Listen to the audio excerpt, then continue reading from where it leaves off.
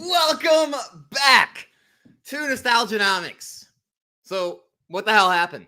I went away for like a couple weeks, and the whole system fell apart. Right, the whole operation is in shambles. I'm only gone for 2 weeks, guys. What are we doing here? We can't just keep things rolling for a couple weeks.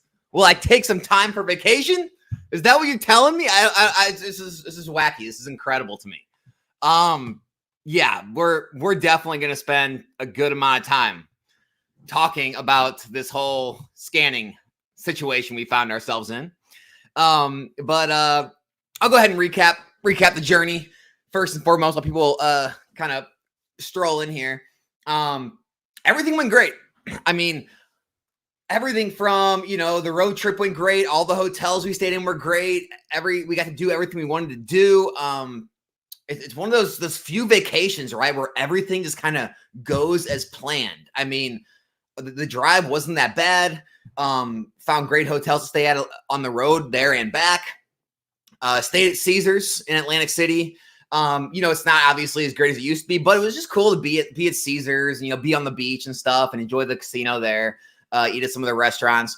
From there, we hit up Jersey Shore, which was really cool because we hit up the t-shirt shop from Jersey Shore, the show, and Danny, the guy who worked there at the show that owns the shop and the house, he was there. And so I got to talk to him for like 30 minutes and see the house and stuff. And he actually pressed me and my wife some t-shirts. And so that was really cool getting to meet him and talk with him. So that was cool. And, the boardwalk, the pier, all that stuff's awesome up there. So that was a fun day. Back to Atlantic City, stayed at Borgata this time. Borgata was like 10 times nicer and better than Caesars. It was crazy. If you guys saw the news, go look at what happened to Borgata while we were there. The one night we stayed there, there was like a bomb threat or like someone with a gun.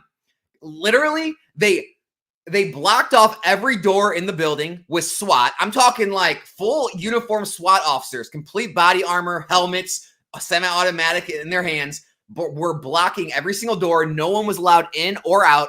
I was sitting at a table playing blackjack. There were bomb-sniffing dogs walking throughout the casino right by us with SWAT officers.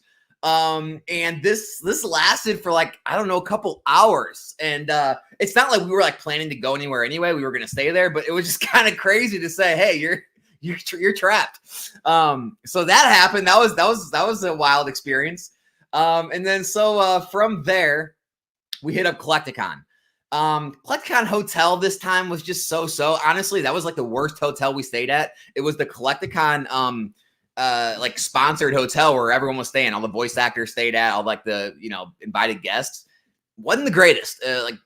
One of the downtown areas of New Jersey. It wasn't like the main New Jersey city, but I forget what the town or the city was. But wasn't the greatest. Older rooms weren't that great. Everything was kind of run down. No great places to eat there. They had a place to eat in the city, but it was definitely New Jersey was kind of weird. It was the worst venue for the hotel, and it was honestly like too small of a venue for Collecticon. I don't know if you guys know, but it hit capacity. Like you couldn't fit any more people in the building. And there was still a line around the building. Like there were people. Me and my wife went to lunch because all the food there. That was another thing. The food at Collecticon sucked, absolutely atrocious, awful. So we left and went and got food. When we left and went and got food, the line was around the building at like 1-2 o'clock in the afternoon. And so I don't know if some people ended up leaving or not getting in. It was a terrible experience for I'm sure a lot of people.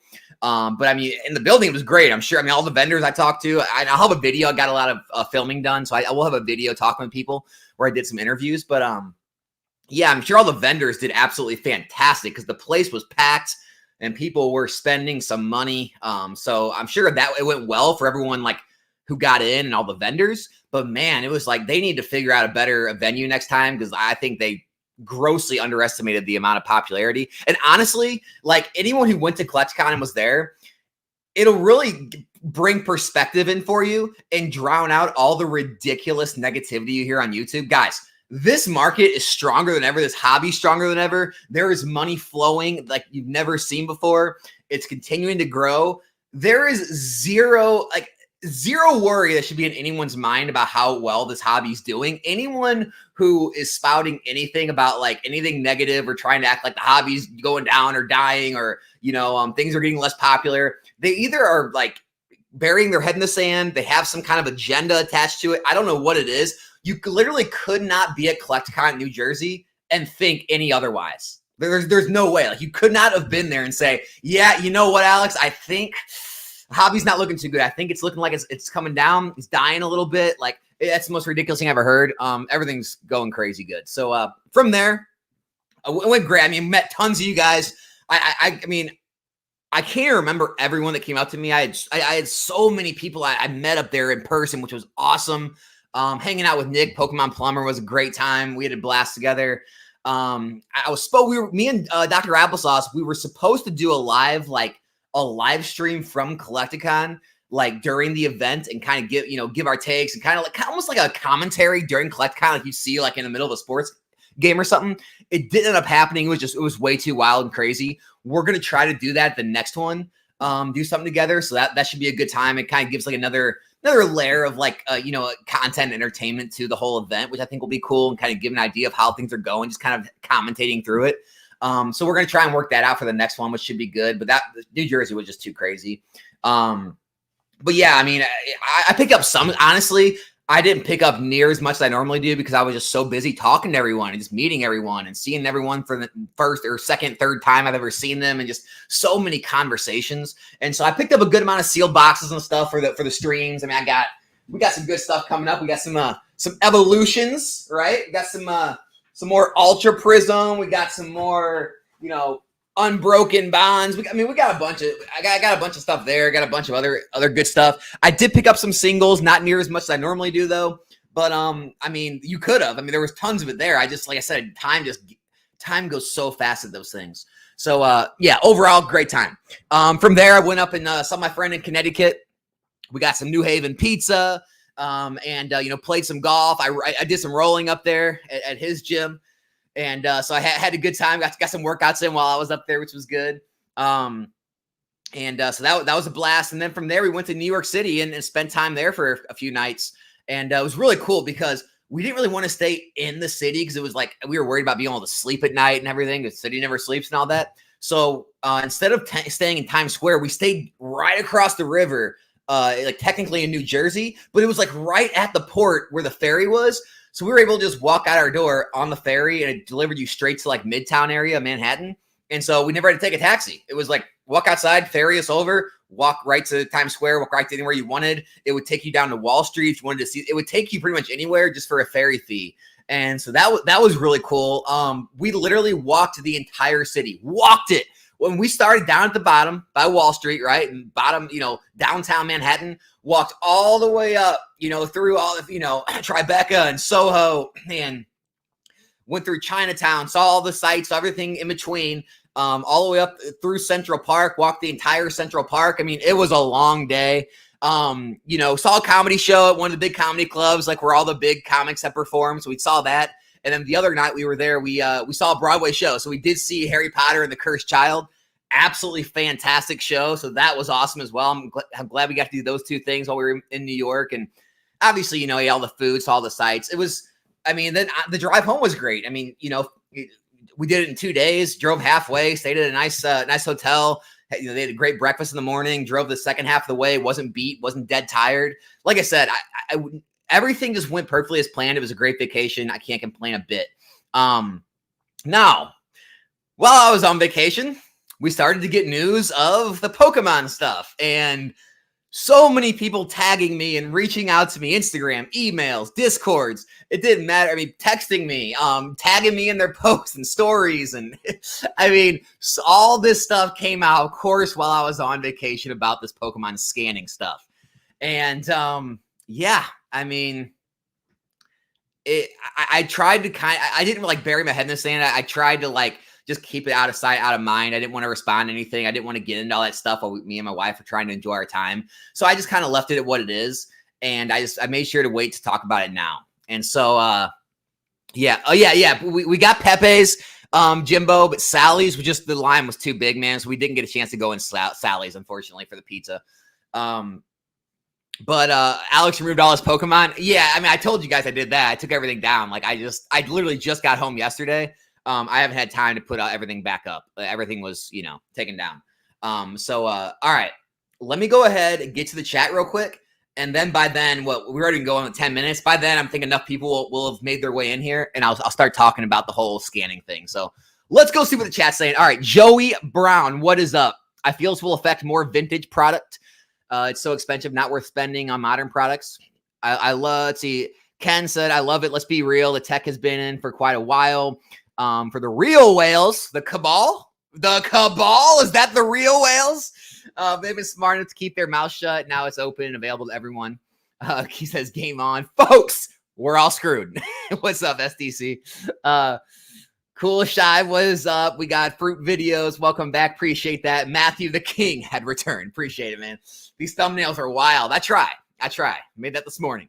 Roy says, folks, Brandon, I wonder if we will see graded booster boxes now that we can authenticate them. That'd be pretty cool. I'm not sure about I feel about this. Obviously, I do see it being more of a problem for vintage, not modern. Plus, things have been going for a long time now. Okay, yep. Oh boy, this live has my toes tingling. TSA, can they really see what's in a booster box or ETB? I think they can. Kryptonite's cards, vacation was great, man. Appreciate you asking. Let's see, a lot of interest. Okay, a lot of people just ready to get going. All right. Guys, I will, I'll take questions at the end. So at the end of my little rant, feel free to leave some questions, but let's go ahead and get going. All right. First off, hold on. Let me get this situated. I want to make sure my microphone doesn't go off. Hold on. Okay. First off, are we all screwed? Should we sell all of our modern or any of our sealed Pokemon investments? Short answer, no. That's the most ridiculous thing I've ever heard. Now, before I give any kind of bullish stance, everyone, you can't even defend this, right? It's almost like trying to defend like certain positions in politics, to where if you say anything against like the established norms, you're like attacked for it, right? So as soon as I say anything like this, it's Alex is trying to protect his heavy bags. She's lying. It's all going to zero. It's like, look, if you believe that, like, just sell. I'm not telling you not to sell. Sell your stuff. Get your money out. Put your money where you feel more confident if you believe that, right? I'm not here to convince you of anything. I'm here to give my take on the situation. I'm here to tell you what I'm doing. What you do is up to you. I'm not trying to convince you to do anything that I'm doing. That's the first and foremost, right? So when I give this stance, it's not to promote any type of agenda or, protect my investments or anything like any of that bullcrap, right? It's all BS. All right. So first off, one thing we have to understand, I've talked about this a million times. Sealed product is not just valued on the estimated value inside, right? It's never been that way, right? It's more closer to that when the sets are new, but after the sets are 3, 4, 5+ years old, it's never been that way. Perfect example, Team Up, right? You can find Team Up booster boxes right now for about $2,300 to $2,600 in that range, right? Okay. The best card in that set is a Latios. It's worth about $800 raw. If you get that perfect out of the pack and it's PSA 10 gradable, and you grade that card, which does cost money to grade, shipping, all that, it's only worth about $2,100. That's what the last ones are going for on eBay. That's what they were being sold at Collecticon, is $2,100. The reason I know that, I sold mine there. Pokemon Plumber Nick sold his there. We both sold ours for $2,100. That's what that card's worth. Therefore, if you were able to scan a Team Up box, see the Latios inside, open that box, scan all the packs so you got the right pack, open that pack, send it in for grading, get it back, and then sell it. Get it back as a PSA 10, get lucky, sell it. You're getting less than what the box costs. And this is true for so many. Go look at Flashfire. What does the top hit in Flashfire go for PSA 10? Go look at a whole bunch of sets. Go start looking at all the sets in Sun and Moon XY, Black and White. Go back to Vintage.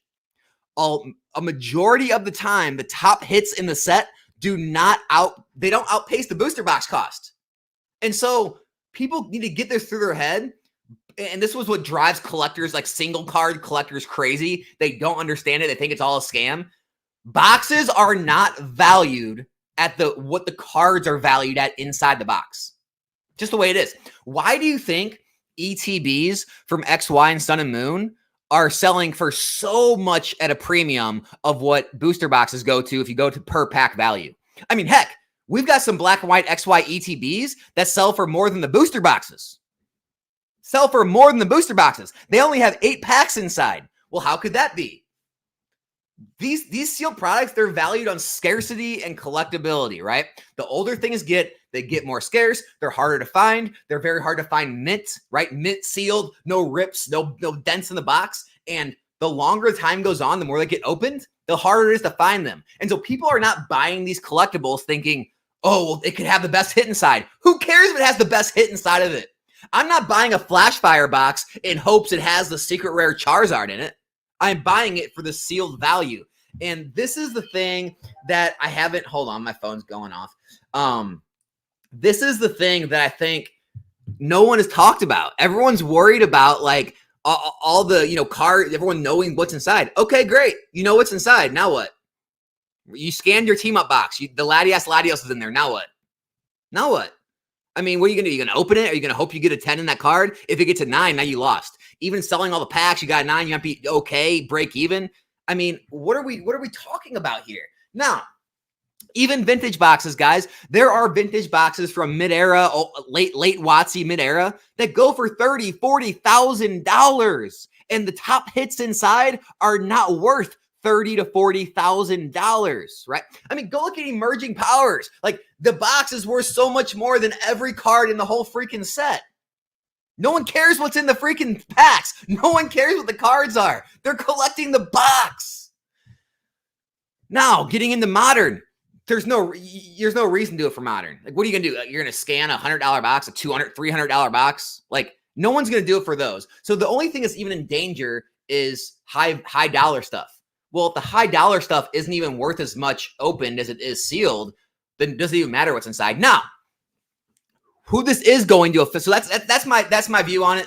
I don't think any of this stuff's really going to be affected that much. If there are some anomalies where the actual hit inside is worth a lot more than the box, or the PSA 10 value is worth a lot more, maybe those sets will be affected a little bit. But overall, no, all your cases are going to be safe. I mean, all your Sword and Shield cases, your $200 Sword and Shield boxes. I don't think people are going to be ripping all these boxes, trying to hit the card. I mean, even if you pull, like I said, the Lost Origin, you scan all these boxes, you get the Giratina. Like, okay, great. I mean, are people really going to do that? I don't know. But going back further is what I want to get to is the thing that is going to be affected. Yes, it is going to be vintage, the packs in general. Okay. It is going to get extremely difficult for especially Collecticon for these booths to sell heavy packs. Because even though they're heavy, the kind of thought is going to be, well, yeah, you've already scanned all these. The Charizard's not in any of these, because as you guys don't like here, like a first edition base set pack, the Charizard is worth it's kind of the only way.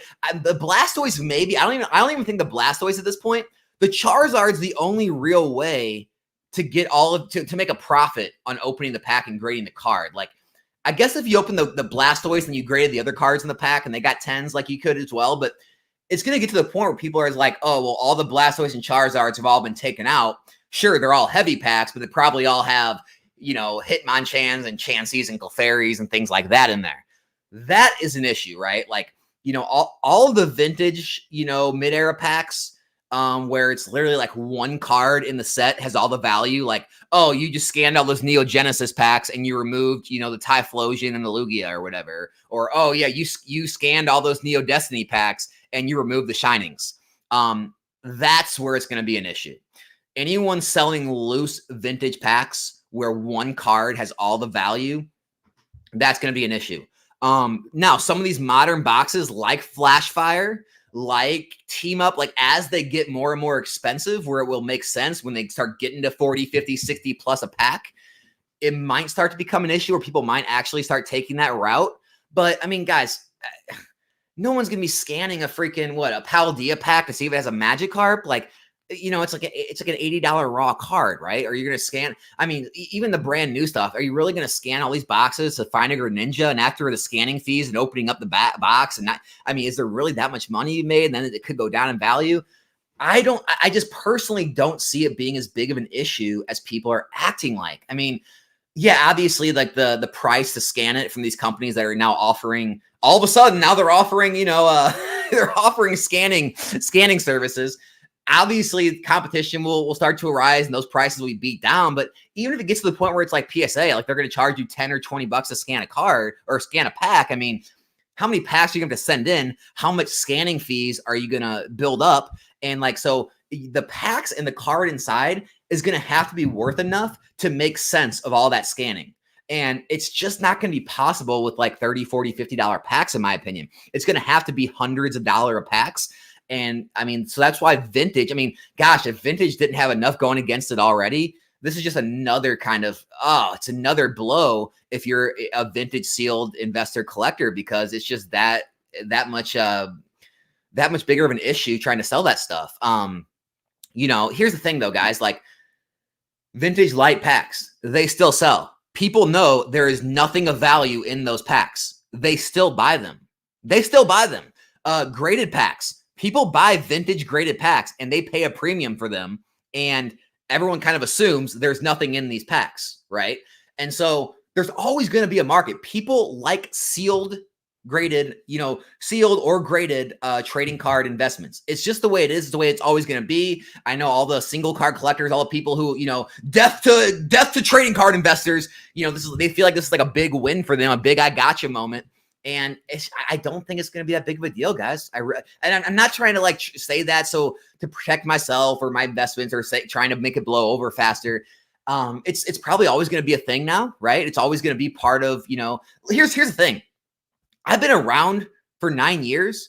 I remember when I got in where weighing was it wasn't widely accepted. It was almost like this, like weighing packs was not widely accepted. You didn't have people reaching out to you I sold many vintage packs.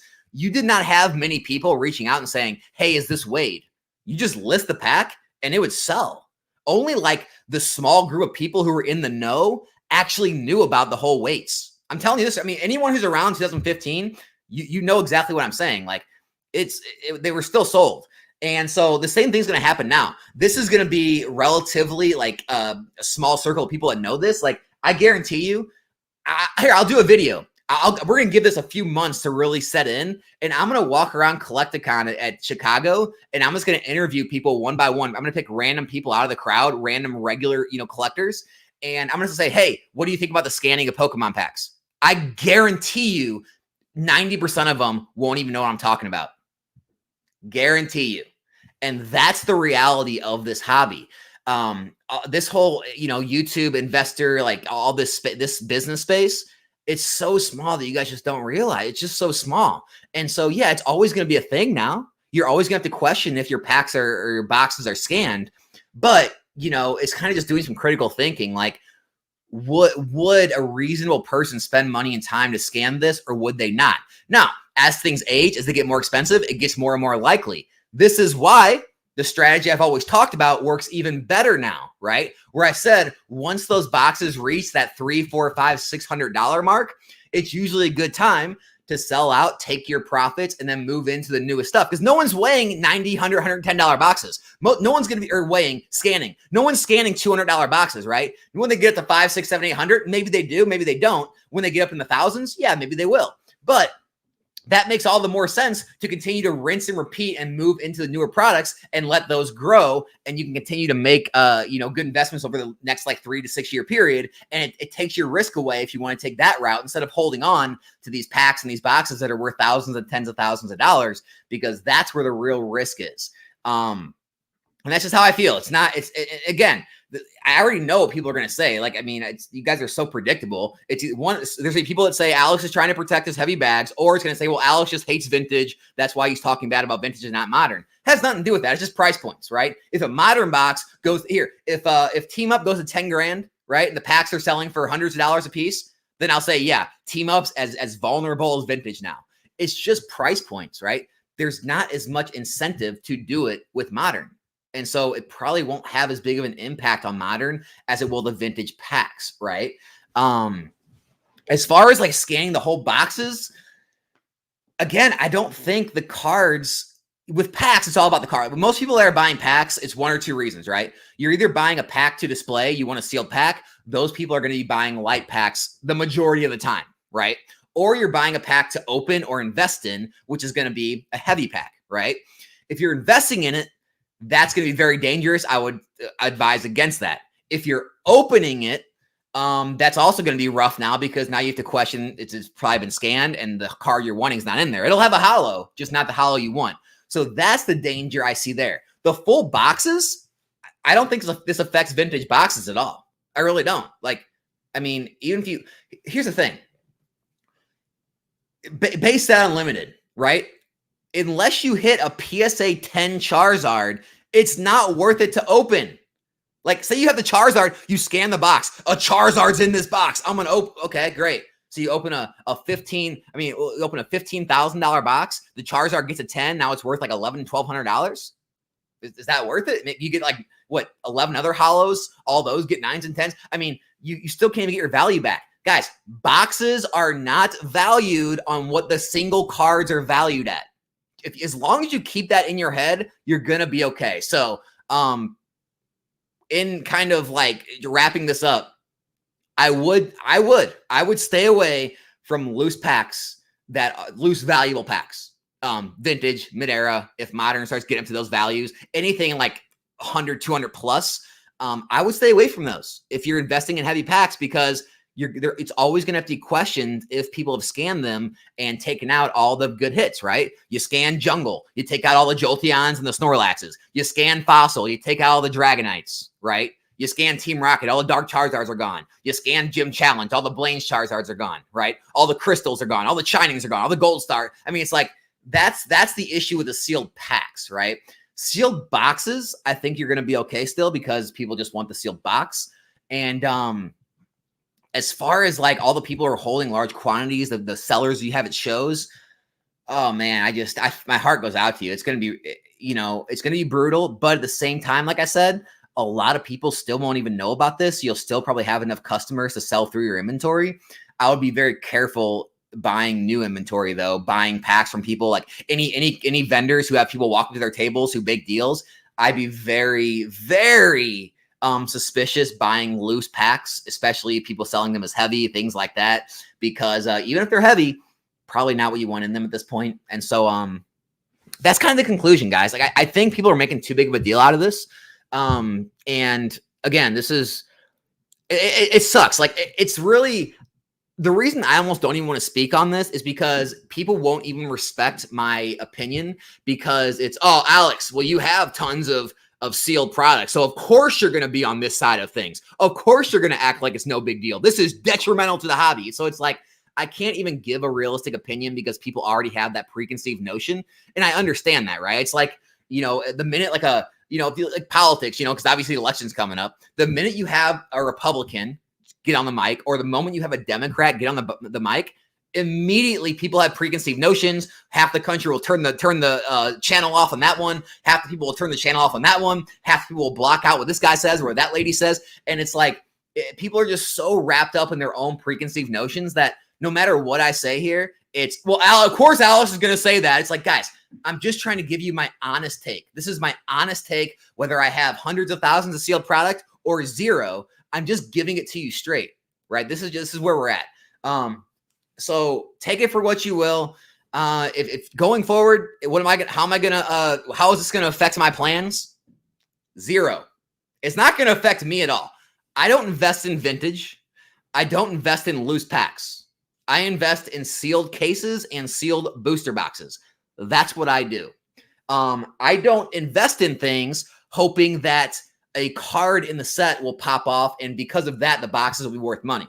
I invest in things based on timeframes, based on as more and more product sells out and gets opened, the supply on the market greatly gets reduced, becoming scarce, and eventually enough people will want to hold it, collect it, hoard it, whatever it may be, and there'll be less and less and less of it on the market, less and less in existence, and over time, that will push the prices up because of supply and demand, and as that happens over time, I will make a, realized or unrealized gain, and eventually I will take my gains and realize my gains.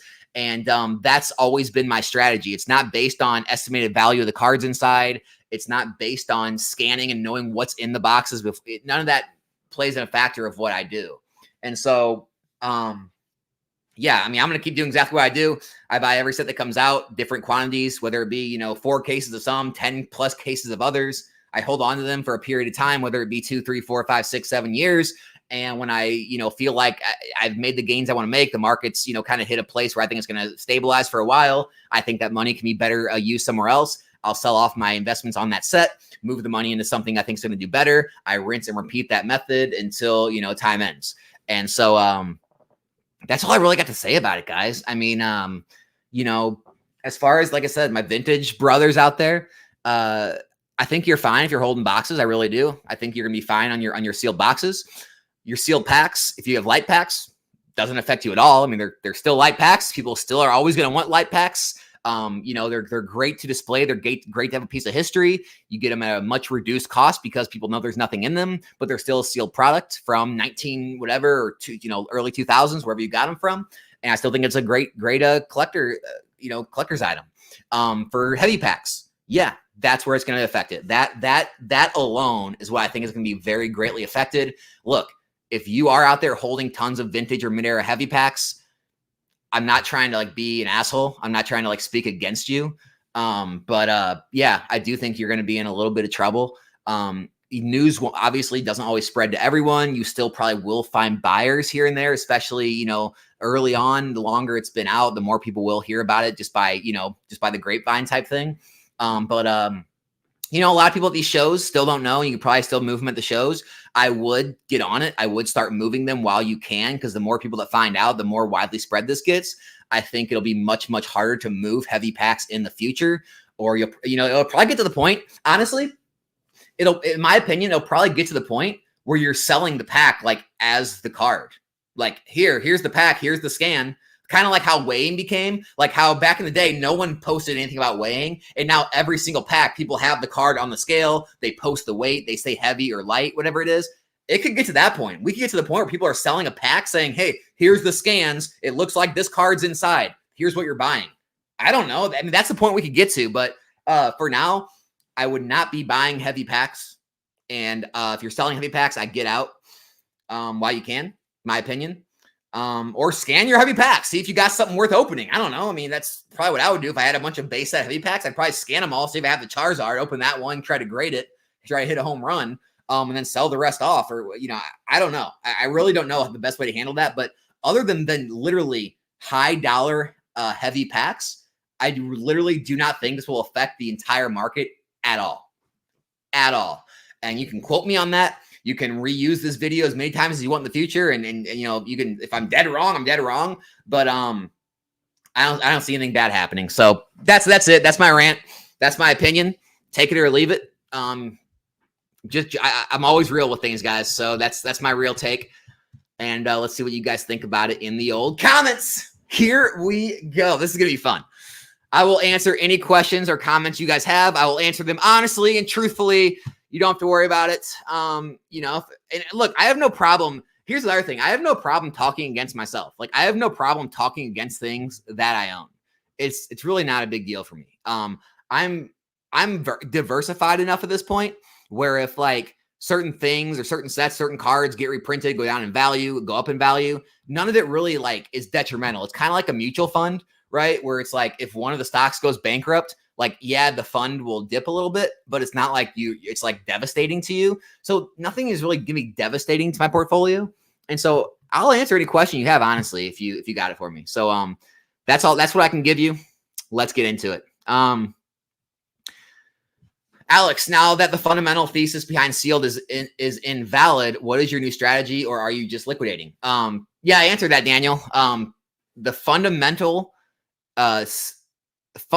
thesis behind sealed, is different for everyone. For me, it's scarcity. It's always been scarcity. It's over time more. Honestly, this almost helps. This almost helps sealed because this is going to force more and more of it to get opened, right? More and more cases to get cracked to scan the boxes, more and more boxes getting open to get that one card out of that one pack. And it'll probably have a lot of more loose packs in the market, but a lot less boxes available on the market. So I mean, honestly, My whole thing is over time, more and more gets open. There's less and less available, less and less in existence. So the price goes up, supply and demand. We'll see. Maybe, eventually scanning, machines get created and you can buy them for a couple $100 and you can do this at home and it's free. And maybe it will start affecting boxes that are $200. I just think for the near future, $200, $300, $400, even $500 boxes, I don't see any issue with those. I don't see those not being safe. I don't think it's worth all the scanning and all the different things you have to do to actually get your money out of them. And so that's my opinion. If you're worried about it, keep investing. Just sell your stuff when it reaches $300, $400, $500. Rinse and repeat into the new sets, the new era, and keep doing that. Just don't hold any high dollar stuff if you're worried about it. That's my opinion. Where are the mods? This chat is going crazy. What happened? What happened? Hold on. I got to scroll back up more, guys. I got to see what was happening in the chat. Well, were people losing their minds in here? That's how vacation works. Coming back, all hell breaks loose. That's how it feels, man. Yeah,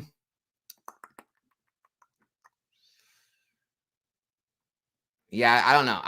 I don't see anything too crazy happening. We're good. SWAT officers knew the market predictor nomics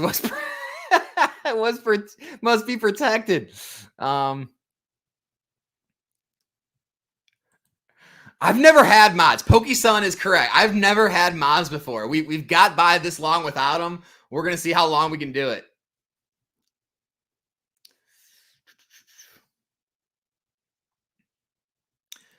Are you don't with Collecticons for the year? No. Chicago, guys. I'm going to vend. Vending for the first time in Chicago. It's going to be madness. So I hope I'll see all you guys there. So yeah, that's going to be the last one I do for the year. Yeah, some of the bigger conventions had food trucks. Guys, everyone hates on KC, so it's so funny. Kansas City, Missouri, Collecticon, food trucks outside, multiple places to eat, like tons of places to eat inside. They had like pizza, they had tacos, they had burgers. I mean, they had a whole bunch of different places, like way more than New Jersey had there. No food trucks in New Jersey. The Collecticon Hotel at Kansas City, way nicer, way better. I mean, the Collecticon Hotel when I went to in Charlotte, it was a freaking an Omni, amazing hotel. Like all New Jersey dropped the ball. Like that's my opinion. New Jersey, Collecticon dropped the ball in New Jersey. They should have found a bigger venue. They should have found a venue closer to hotels. Guys, the hotel was 20 minutes away. So they should have found it closer to a hotel. The hotel canceled the trade night. So everyone just kind of like was stuck in the lobby and like the restaurant. Then the cops got called. Everyone got sent home because the trade night was canceled. I mean, it was the biggest disaster in my opinion. That was the biggest failure of Collecticon to not have any idea what they were doing choosing. I mean, guys, it's freaking New Jersey, New York area. If you can't find a venue and a nice hotel there, just quit doing conventions. That's the most ridiculous thing I've ever heard in my entire life. I mean, Collecticon has to be making so much money. They sell out every vendor at all these places. I mean, they have to make tons of money, and they choose like this crappy little hotel and they make it 20 minutes away from the venue. They choose a venue that's way too small to where people can't even get in that paid for tickets. Like it was a mess. So yeah, they need to Collecticon do better. Do better.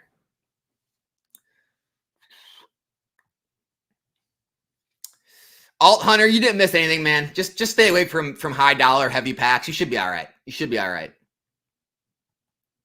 That's my opinion. Where's Eli? So me and Eli should be going live tomorrow on his channel, Pokemart USA. We're going to discuss any of the news surrounding reprints or restocks of anything coming out. I know there's a lot of rumors going on right now. A lot of rumors around English 151. There's rumors around some Sword and Shield product. There's a lot of rumors circulating. So we're going to clear all that up. I'm going to have Eli talk to all of his distributors. He has like 4 of them. Talk to all the distributors, ask if they have any news, ask anything they've been hearing. And we're going to address everything tomorrow on the live stream to kind of give you guys an update, let you guys know what's real, what's rumors, what's overseas or over here, and just kind of give you guys an idea of where we're at with everything. No, I did not remove all my Pokemon things already. I told you guys when I went on vacation, I took everything down and put it into storage and safes and all that. And so I haven't put it back up yet. It'll be back up in my other videos. I've got everything out. I just have to get it all back up and redecorated. So no, good try though. Good try. I could have played that angle up though if I wanted to, but I felt like this wasn't time for clickbait. This wasn't time for jokes because people were like really serious and upset and like worried about all this. So I didn't want to like joke at all. I wanted to be serious and give you guys a real, kind of state of everything because man, people in the Discord were going wild. That people really were thinking like sealed investing's over, and it's crazy. It's crazy.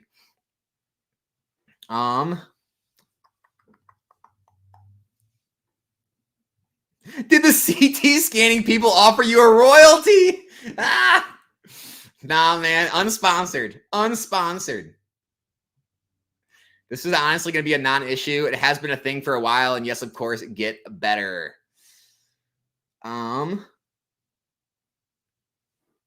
Will tag grading be accepted by the market? You guys know my feeling on tag grading. Sure, it's a great company. I'm sure it's accurate and all that good stuff.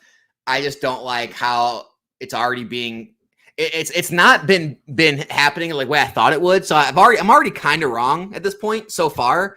I really thought like the cabal, like all the big guys, would all kind of jump in together and start promoting tag as like the creme de la creme grading. It's better than PSA 10. It's better than BGS Black Label. It's better than CGC Perfect. I really thought they would hold that like so high and start like trying to pump that rhetoric as if you want to be a true like high dollar collector, you have to have it in a tag 10 slab and start trying to promote it and get higher prices. And it was a way to like kind of like beef up their investment because all the vintage stuff hasn't really been moving. But it hasn't really been happening that way. So I am happy to see that people aren't really trying to like push that rhetoric and like try to like, in my opinion, scam people. It's like, well, I put this card into this piece of plastic and this 10 is better than that 10. So you owe me like 10 grand more now. That's not really happening. So I am a fan of that. So I'm not really, tag's good. I have nothing against tag. I just thought, people would use it kind of like nefariously, but it's not really happening. So I'm happy to see that.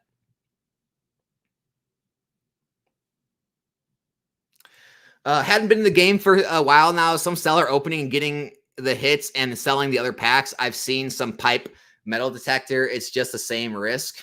Yep. What's up, Alex? Glad you got a good trip. Can't see the scanning market taking off. Not enough trust in the company, and we have no real idea of how effective it'll be for identifying every card in the box. Yeah, I mean, there's still a lot of questions. Like, even if everything worked perfectly, I still don't think it's that big of an issue, to be honest.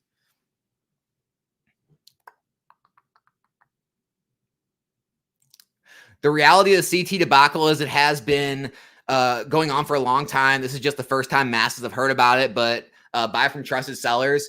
Yeah, I mean, the only way I would buy like heavy packs of vintage is if you're buying into like a box break or someone broke the box and they're just selling the packs unweighed right out of it in front of you or something like that. Like that's the only real, because even if they're a trusted seller, it's just like, I mean, they're still selling a heavy pack, right? Or you just don't know if it's been scanned, or you don't know if they bought from someone else. Like, guys, I see these trusted sellers, and I honestly, I kind of hate that word, right? Because even if you're a trusted seller, okay, we're all buying this stuff secondhand, right? Do you think, I mean, I'm a trusted seller, right? I mean, I have 12, 13 years of 100% positive feedback on eBay, been top rated for years and years and years, right? 100% on TCG Player. Never had any issues with my box breaks. I'm 100% above board. I do everything correctly. Look, I still had to buy this secondary market. I don't have any cases of Evolution sitting in my closet anymore that I bought from distribution, right? And so everything you see out there is still second market.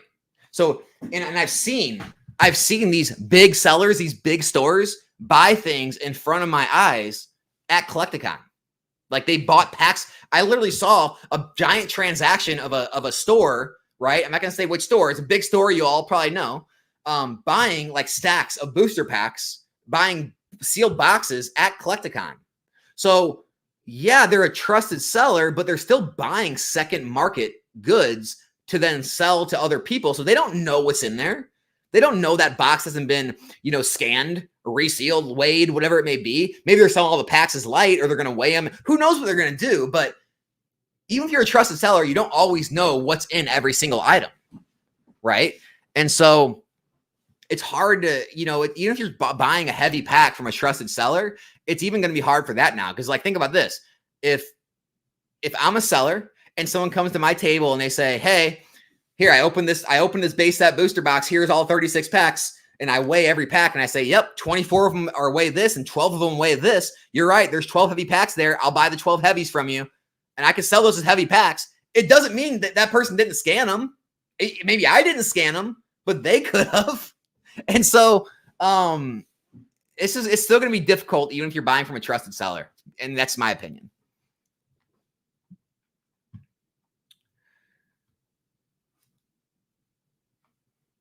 That's a fallacy. You don't only get the Latias in the box, you can get other hits too. Right, but I mean, a lot of things have to go right? Like you have to pull the Latias and then you have to get a 10. If it gets a 9, okay, you have to pull other hits, or you could try to sell every other loose pack and get your money back. But at that point, it's like you're doing all this work to break even after fees and shipping and all that. Like you're still gambling on getting a 10. And so it still kind of makes more sense to keep the box sealed, because boxes have continued to rise in value, overall better than single cards or PSA slabs have over time. And so I still don't think it's worth it to open the box if the Latias is in there. Like you could give me a scanned team up box right now and say, hey, we scanned it, the Latias is in there. What are you going to do? I'm putting it in the closet. I'm not opening it. That's it. I'm still going to keep it sealed. And so I just don't think it's going to be that big of an issue. I really don't. I mean, think about this. Evolutions. The only card in that entire box that makes that worth it is if you pull the Charizard Holo and if it gets a 10. Anything else, you could pull full art Charizard, full art Blastoise. You could pull like all the different, you could pull like 8 hits, grade them all PSA 10, and it still wouldn't cost what the box does. And that's true for so many boxes going back further, black and white, all the mid-era, the WotC stuff, to where it just doesn't make sense to open sealed boxes. The sealed boxes are more valuable than the cards. And so I don't think it's gonna be that big of a deal, man. But it's just my opinion. Other people can have their opinion, and I'm not going to be against them. Everyone has a right to it. This is just how I feel. I truly don't think it's that big of a deal.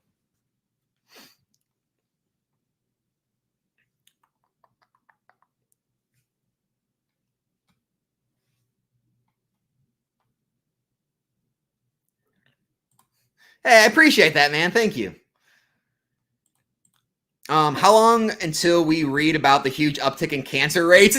This is so funny. So we have a couple like doctors and surgeons in my Patreon Discord, and that's exactly what they were saying. There's like, running these machines, if you don't know what you're doing, haven't been trained to use them, not wearing the proper attire, you can actually do serious damage. And my response was, this is going to sound pretty mean, but I was like, play stupid games, win stupid prizes, right? I mean, hey, you're going to be trying to do all this stupid crap with all this scanning, trying to be all this like cabal, stuff. And, you don't know what you're doing, and you give yourself cancer and some crazy radiation sickness. Hey, play stupid games, win stupid prizes, right? I mean, I don't know what to tell you. But yeah, I mean, that could literally happen. Literally.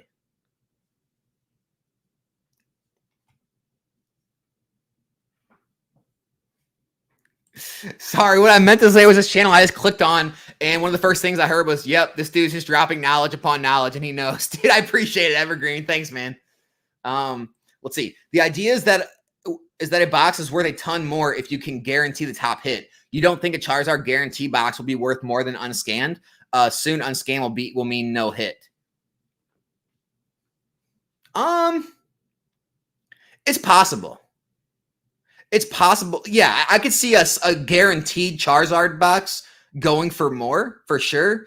But that doesn't mean the unscanned boxes or whatever will be worthless, right? I just don't believe that. Like I said, just go look at some of the sets. Go look at like some of the worst sets in history and see what the boxes go for.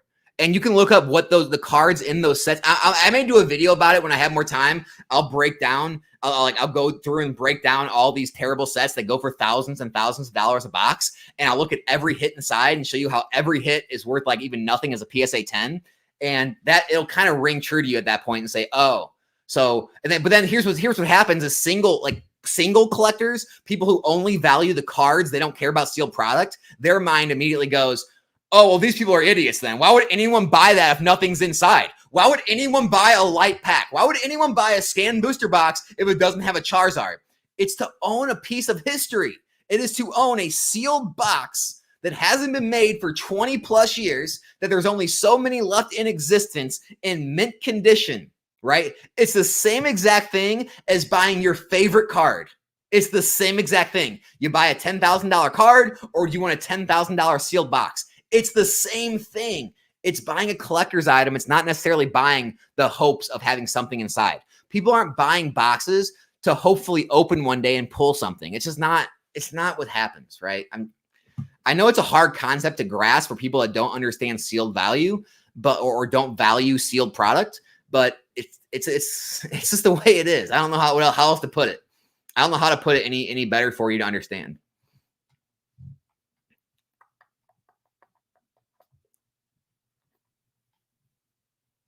If there's a guaranteed Latias alt in the team up box, only people that benefits is Rip and shippers who advertise it as a chance for. Yeah, that'd be cool. I mean, that'd be cool to do. Like, and I wouldn't even be opposed to that. Like, if someone wanted to sell me a scanned box and there was Latios, hey, I'd do it. I'd rip and ship it and be like, hey, so here, I'm guaranteeing a Latios in this box, right? Don't know where it is, right? Where it's going to go. I mean, I don't know. Maybe the scanners tell you exactly which pack. Then it's an issue. Then maybe I'd open it, shuffle all the packs up, and put them back in. But yeah, I would do that. Why not? I mean, seems legitimate to me. Hey, you're one person's guaranteed to get it. Do you want to gamble? Do you want to roll the dice? It's like spinning a roulette wheel, right? 1 in 36 chance. So yeah, I mean, that might help people. Sure.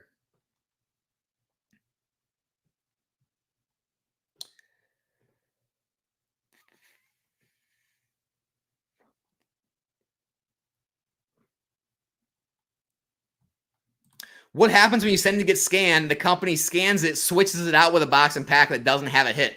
I agree. That's going to be an issue too. 100%. Bro, cancer, LOL. Exactly. Oh, man.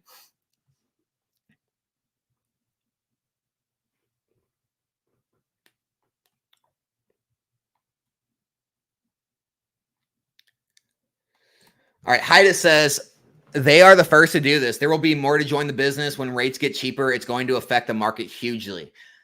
You know, Haida, I don't agree with that. Like, what market? Like the vintage market, mid-era market, like packs that are like hundreds of dollars? Sure. Would it make sense to scan a whole bunch of $30 packs?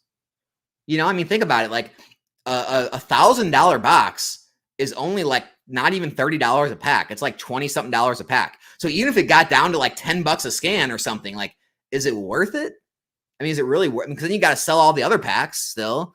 Then you have to hope you get the card and hope it grades a 10. If it grades a 9, you're still kind of screwed. I mean, I just think it's only going to be worth it for like the top creme de la creme stuff.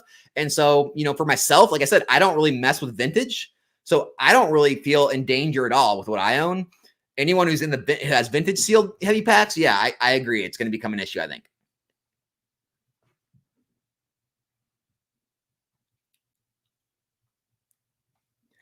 Other reverse TCGs in the house. Guys, I met this dude at ClutchCon. We did a video together. I will have that coming up on the channel here soon. Great guy. Dude, the cards, I mean, other verse, if you guys haven't heard about it, I'm going to do a whole video about it where I'll leave links and stuff. But, I mean, the cards look great. I love how he has artist signatures on them. I love how he has serialized copies on them. And the print runs are very modest. So there's not too much of this product out there. I love everything other verse is doing. So I'm going to talk more about that in the future, dude. I'm going to talk more about it in a video because I don't want to talk too much about it because I want to have stuff to talk about in that video. But yeah, it was awesome meeting you at CollectiCon, dude.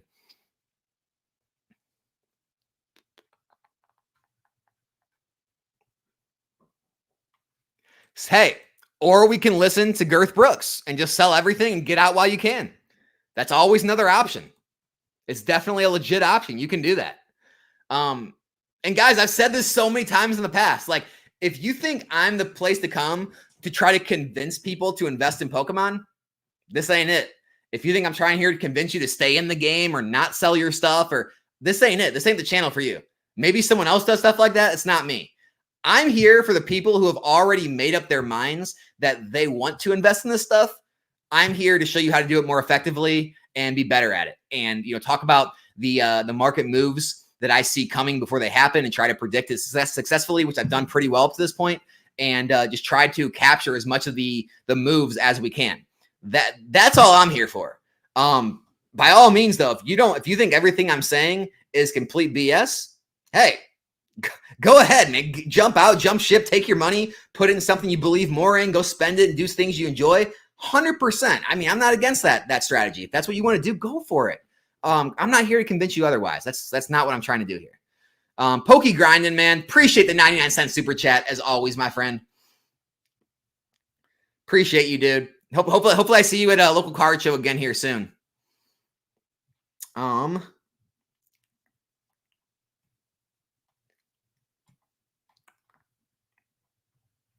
You don't think something like Evolving Skies will take a hit if you just assume the vendor is scanning to take the Moonbrand pack out of the case and then selling the rest? I mean, let's see. Evolving Skies, $800 Moonbrand box is about $800. I mean, it could. But here's the thing, right? You have to ask yourself, do you think boxes of Evolving Skies are only selling in the hopes of Moonbrand is in there? I mean, there's so many better things you can buy if you're just looking for a hit, right? Like, what does it go for? Like $800 raw? The box is 700 and something. The box is what, 715, 730 now, whatever it's going for. Are you really buying a box to make like a $45 or $75 hit? Like, is that what people are really doing? I mean, I refuse to believe the reason these boxes move up in value is because of the hits inside. And so I guess you just have to come up with it for yourself. If you believe the only reason things have value is because they might have a big hit, or if you believe in the nature of the sealed product and the collectability of having mint sealed products. Yeah, I mean, if that's your thesis, then maybe, you might want to sell your Evolving Skies because you think it's going to drop because of this. I am not selling any of my Evolving Skies. I am holding it all. I'm also not buying any more Evolving Skies at this point. I think it's reached a point where it's like, maybe it becomes team up and it does, continue to double in price and triple in price.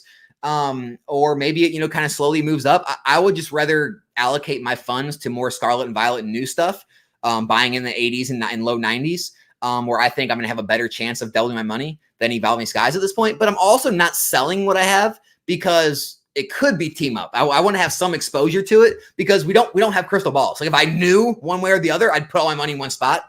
So I'm just I'm holding what I got, not getting any more. I'm kind of happy where I'm at, just diversified where I am. But yeah, I mean, I'm not worried about it. So that's what I'm doing. If that's what the answer you wanted.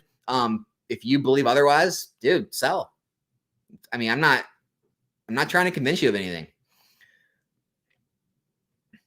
Yeah, loose packs over $100. That's where you're starting to start running into trouble.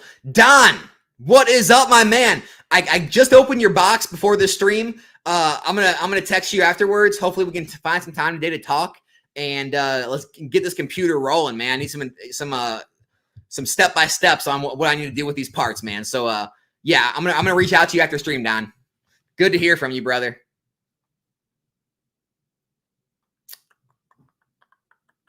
Yeah, I mean, your average player, I agree. Like this might be the final step to being able to grade booster boxes, right?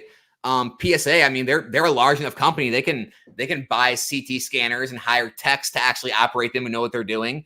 And you can send them to PSA, they can scan them and grade them for you, put them encased in plastic, and you can get the sealed plastic with like your official scans or whatever, and it could be a good thing, could be a cool thing. So who knows? You never know where things are going to evolve, guys. That's why you got to stay nimble.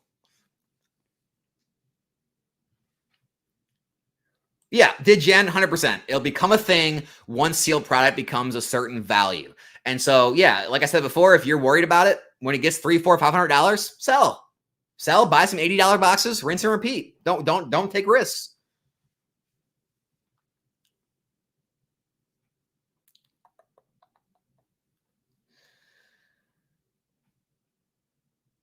Yeah, I mean, lead packs, talking about lead packs makes them unscannable, unweighable. I see this is an absolute win. Yeah, I mean, here's the thing. Pokemon will come up with a way to combat this, right? They've done it multiple times. When weighing packs became a big thing, I believe it was either Breakthrough or Breakpoint. One of those two sets were the last weighable packs. And then Fates Collide, they switched to the green and the white codes. I remember this. I was in the hobby at the time. It was a big thing. It was a big deal. And like, so when weighing packs became mainstream, they fixed it, right? Same thing with this whole deal. I'm sure Pokemon will figure out a way to do with their packs or put a card in. They'll figure out something to screw with the scanners. And so I'm sure going forward, in a year, 6 months, whatever, they'll figure something out and it'll be dealt with, and the newer boxes won't be able to be scanned, and we'll go on from there.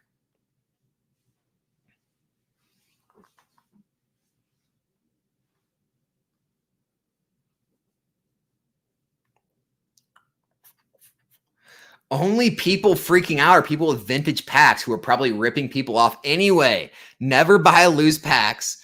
Also, vintage is just cooked. Let's be real. To Go Box, guys. If you don't know, To Go Box, he's got his own channel. If you want to check him out, he shares it in the Discord sometimes. Dude, that is a hot take, man.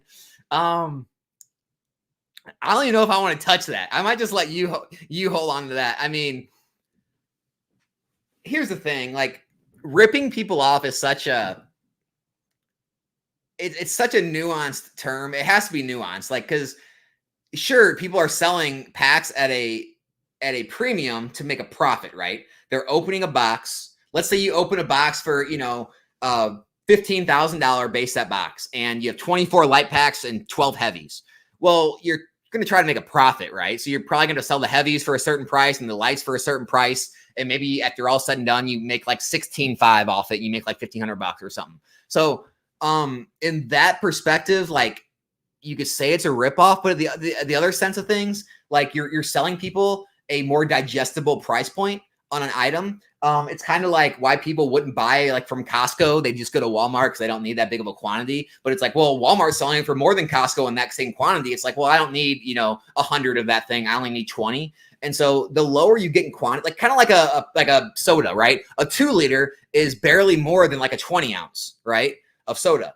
But you're saying, well, that's a ripoff. It's like, no, it's just more convenient. I don't need a 2 liter. I just need this. So it's like, it makes sense that you can make a profit selling loose packs because it's a price point that appeals to more people. It's got that gamble element, all that type of stuff. You can sell it to the people who just want to display a light pack. You can sell the heavies to the gamblers, the people who just want to invest, whatever. And so I understand that there's got to be profit margins there and why there is.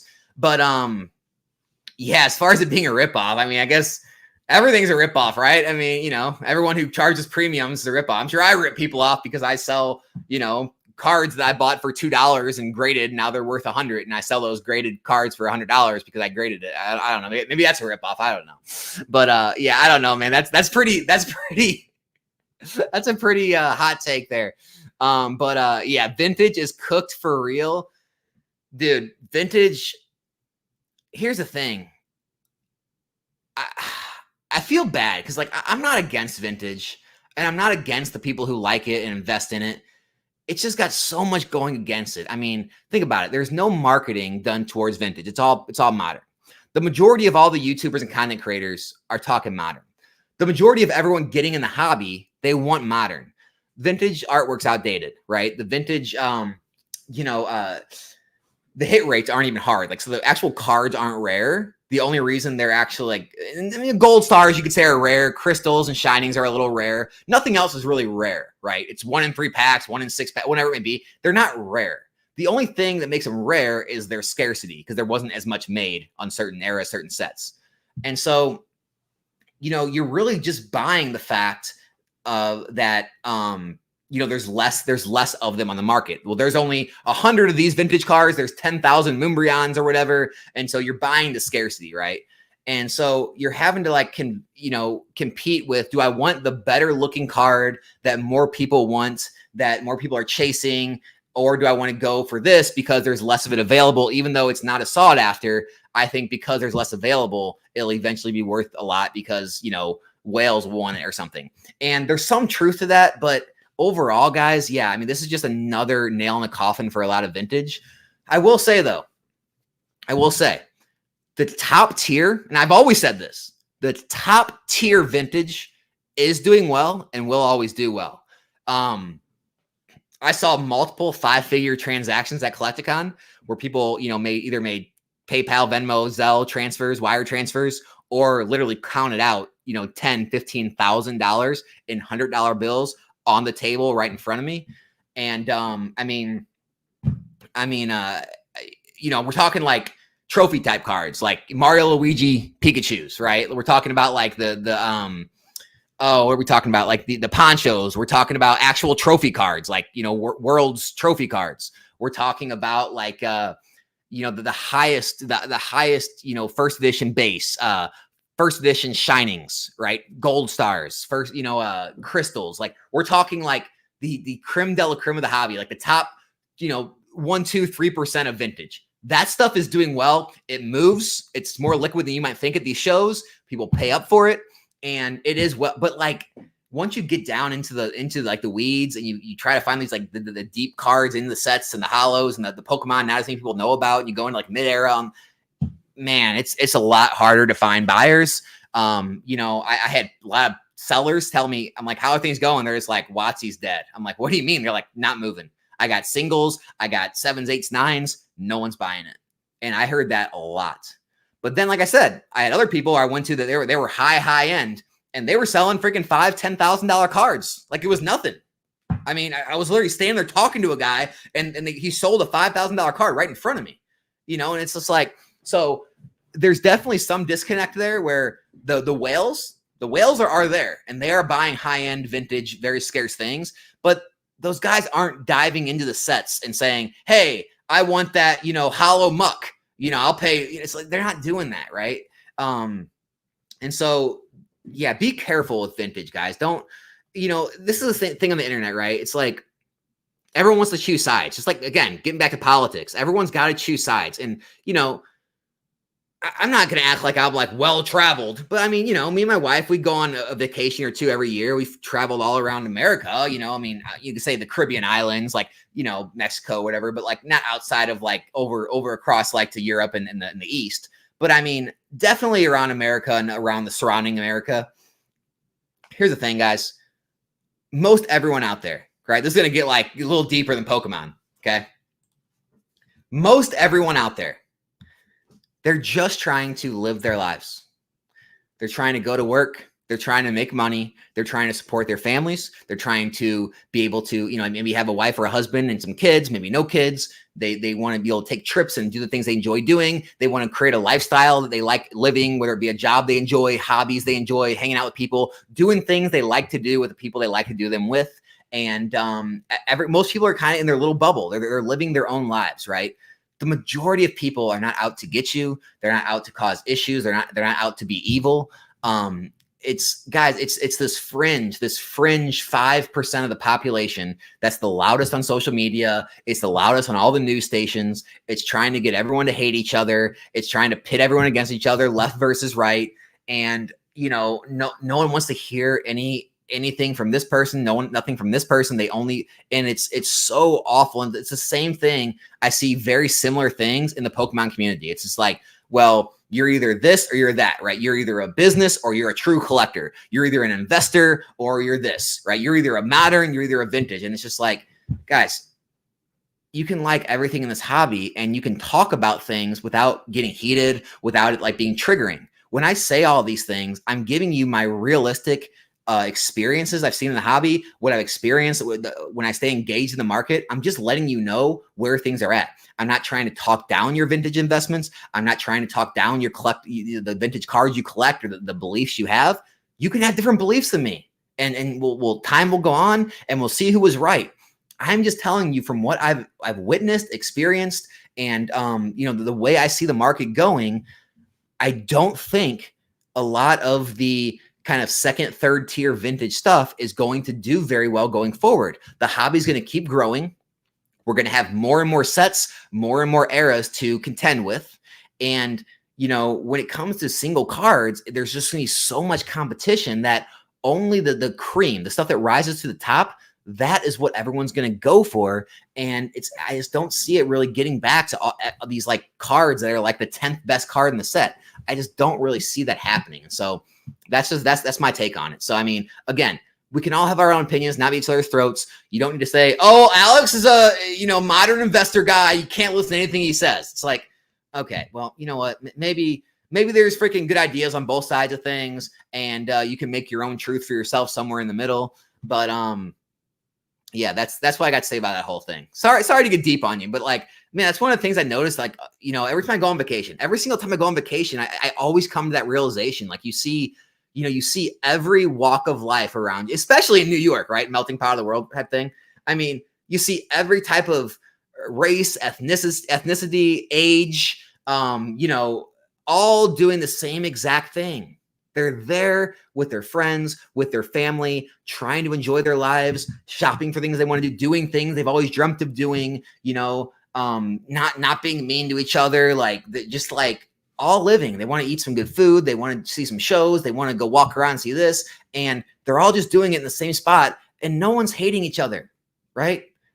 And it's just like, it's the same thing in this hobby. It's like, why is everyone always at each other's throats in a hobby that we're supposed to all enjoy because someone thinks differently than you do?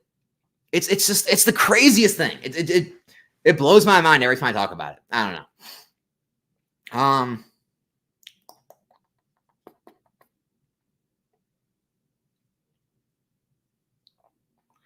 Let's see. Dub says loose packs are perfectly fine. Only ultra whales who can afford to buy mini heavy packs to be worth the scan and will do it. Honestly, they probably don't give it. Yeah, I mean, when the price does fall on the scanning, it'll probably be a lot more people. But yeah, for now, for sure. Yeah, customer sentiment will definitely go down. But like I said, like it took years, and I mean years, for people to even know what weighing packs was. So like I said, I'm going to do interviews at Chicago Collecticon in a few months, and I'll prove it to you. And I promise you, I'll try my best to like not have any cuts. I'll like literally walk up to like 10 people in the same cut in the same film, so I'm not like cutting out the people who said, well, I didn't want people to say, like like they do in those media interviews where they try to like they interview like 100 people and they only take like 4 of the interviews because they fit like the little mold, the thing they wanted everyone to hear. I'm gonna do my best. I'll walk around with no cuts and try to find like 10 people real quick and ask them all if they even know what scanning cards is. I guarantee you most of them will not have even heard of it, because this is what we forget. The general public, the regular consumers, they don't know all the stuff we know. They're not engaged on YouTube and Pokemon business investing content. They don't do this, right? They just collect the cards. And so I think it's going to take years for it to become that big of a deal. I really do. Even in this social media age.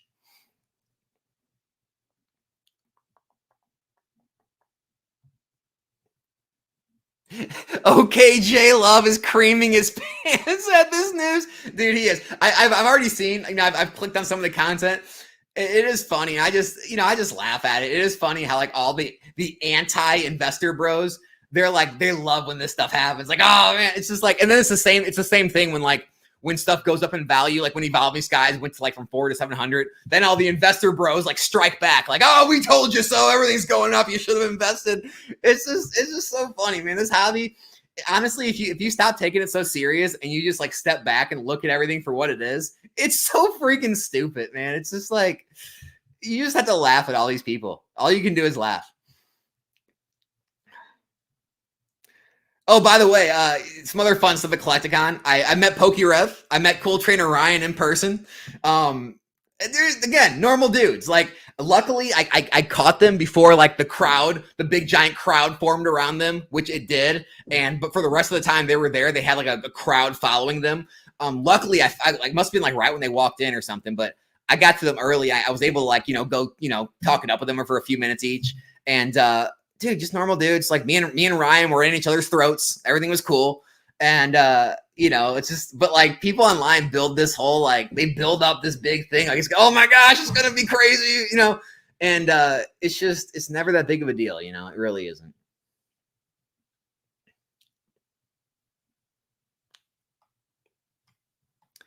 Let's see. value of chase cards going to go down with the sealed now that they aren't really chases?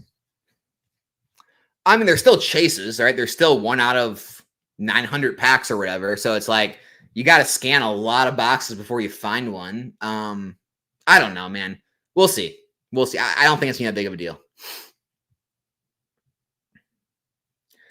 Everlast, I'm glad you feel that way. Like that was my whole plan today. I just wanted to try to breathe some common sense back in this market because people are so like quick. People are like schizophrenic. Like they're so quick to like there's like sitting here like all they gotta jump on something like, oh, everything's going to zero. Everything's going to the moon. What are we doing? What's next? It's like, guys, just chill. Everything's just gonna work itself out like it always does. We're okay. We're all still here, right? Everything's fine. No one's dying. It's all right. It's all right. You know, it's the same thing. It's just like, you know, with everything happening, like, you know, the housing market, everything's thinks, oh God, it's all going to crash. It's all going to go to zero. It's like, no, realistically, it'll probably crash like 5-10% eventually, right? And everyone will freak out and then it'll stabilize and, you know, go up and the market has crashes and then, you know, comes back and, you know, there's war. We're going to war. It's like, guys, you do understand we're like at war, kind of. I mean, you do understand how wars work, correct? Like if US goes to war or your country, whatever you live, goes to war with someone, it's not like the country shuts down. It's like, all right, guys, everyone stop what you're doing. We're at war. Everyone just, you focus on war now. It's like, you realize like life goes on for every regular person. The USPS will still run, the UPS, FedEx, you know, everyone will go to their jobs. Like, for the military people, they're at war. Or if fighting breaks out in an area, that's, you know, worst case scenario, that area is going to be affected. But it's like, you know, even during all the wars of the past, you know, like World War II, and the country not everyone was at war, right? Everyone was doing normal jobs and the soldiers were at war. Where fighting that was a war zone. And so like people think like, oh, if war, everything goes to zero. It's like, no, it's not how it works. It's just not how it works. People just need to have some better critical thinking and more common sense on how like things actually work, you know?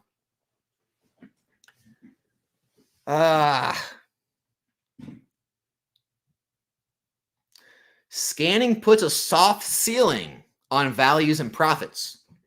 A soft ceiling. I don't know. It's a good question. I mean, here's the thing.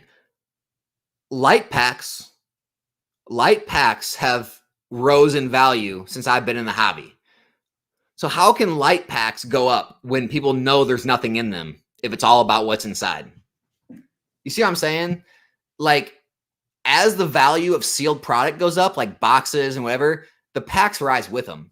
As there's less packs on the market, more and more get open, the values rise because of supply and demand. So I'm not even sure about that, Mark. I'm really not.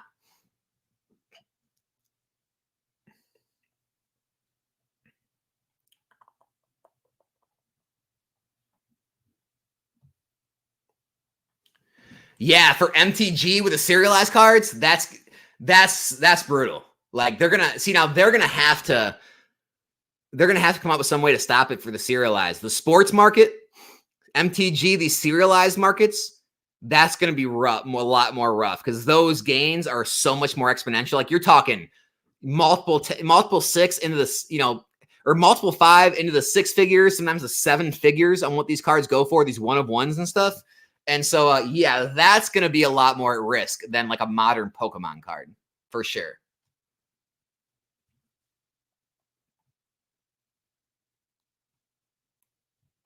Yeah, I agree with that. That's going to be a little more rough. Alex, Pokemon could put something in their pack wrap. Yeah, I mean, exactly. That's probably going to happen. They'll probably end up putting something in the wrapper. I agree. God, I'm so far behind on the chat, guys. I am back at 12:30. All right, if I skip your question, I'm not trying to skip you. I'm not trying to dodge you. If I skip you, go ahead and re-enter your question right now in the chat, and I'll get to it. I'm going to scroll through a lot of this stuff, try to get to live, and I'll take some along the way. But I'm not trying to dodge your question. I just have so many, guys. I'm back at 12:29, and it's 1:20. I'm like 50 minutes behind on comments, so I do apologize if I don't get to your comment.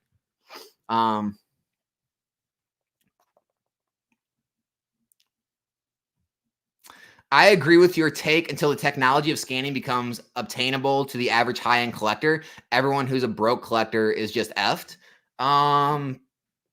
Again, it all depends on how you value things. Like if you truly think the value of sealed boxes is only about the cards, then maybe, but I just don't believe that.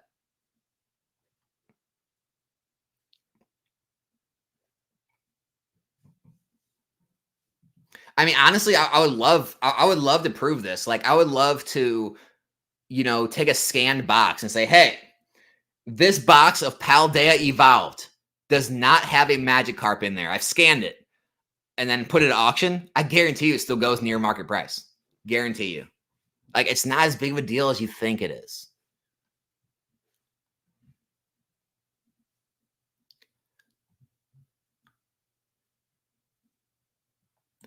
Right now, people are contemplating whether to sell their collection or not. But when you start selling, I sell, everybody sells. I'll be buying if you guys want to sell. I mean, obviously, I don't buy vintage, so you're kind of out of luck there with me. You might have to reach out to someone else. But if you're selling your modern cases, reach out. Reach out.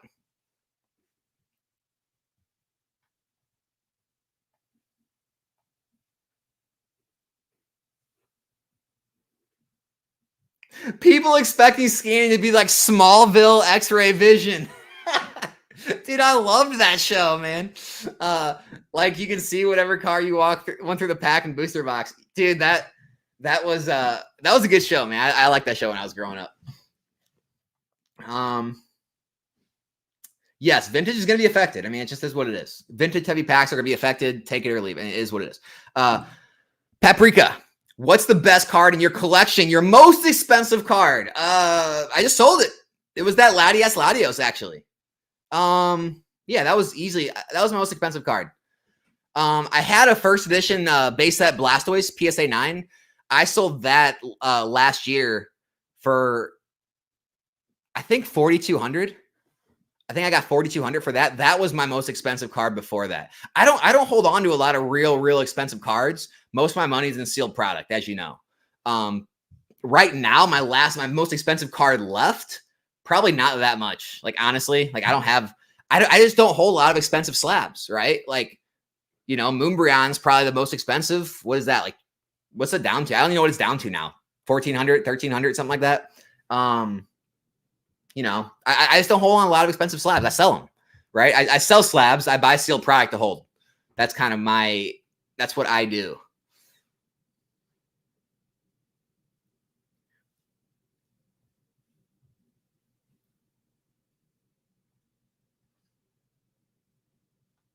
I own a ton of loose vintage packs. This makes me scared. Wouldn't know how to scan them.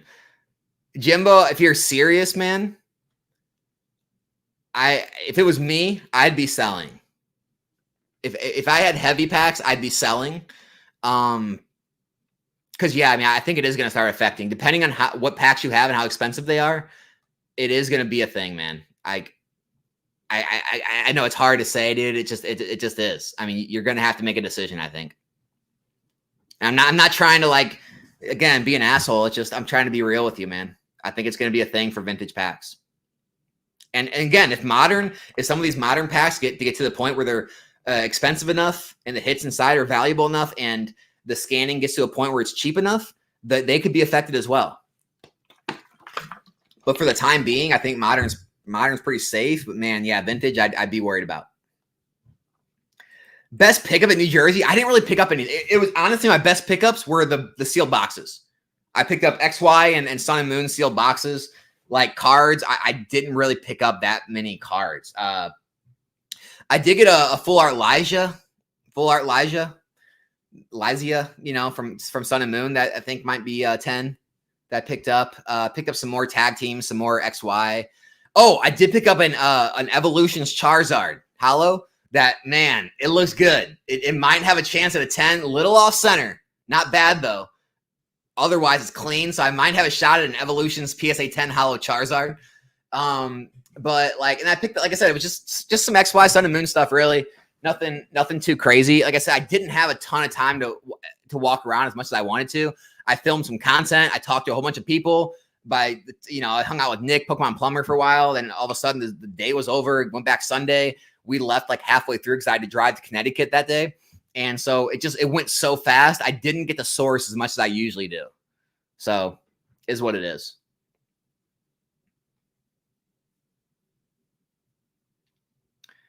Well, I mean, I don't think there's going to be a lawsuit, Trevor. I think new packaging will come, but I don't think they can sue you, right? It's just you own the product. You bought the product. It's yours to do with what you want with, right?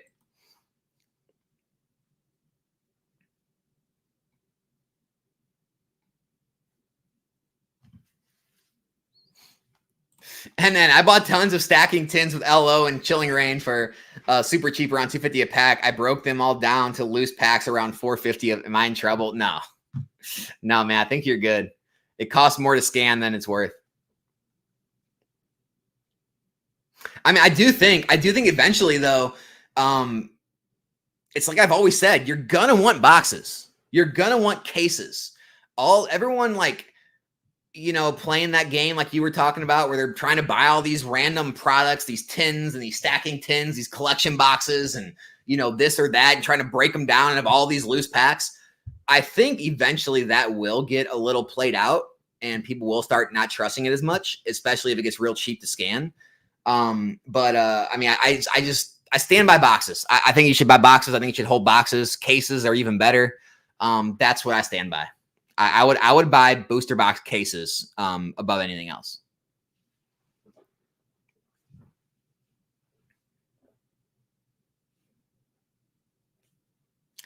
Did you see any Celebrations or XY products? Yes. Yep. I bought some. Didn't buy Celebrations. I have Celebrations, but yeah. They had a XY product there, but again, probably the same amount of vintage product, if not more. There was a good amount of, there was honestly probably, again, more vintage than there was XY. XY it's rare. There was a good amount of Sun and Moon though. Yeah, I mean, it was definitely around more than Kansas City, but again, I mean, I feel like you could easily find a base jungle fossil box much easier than you could find like a Flash Fire box or a Phantom Forces box. Like much easier. So it's around, but it's just not as widespread.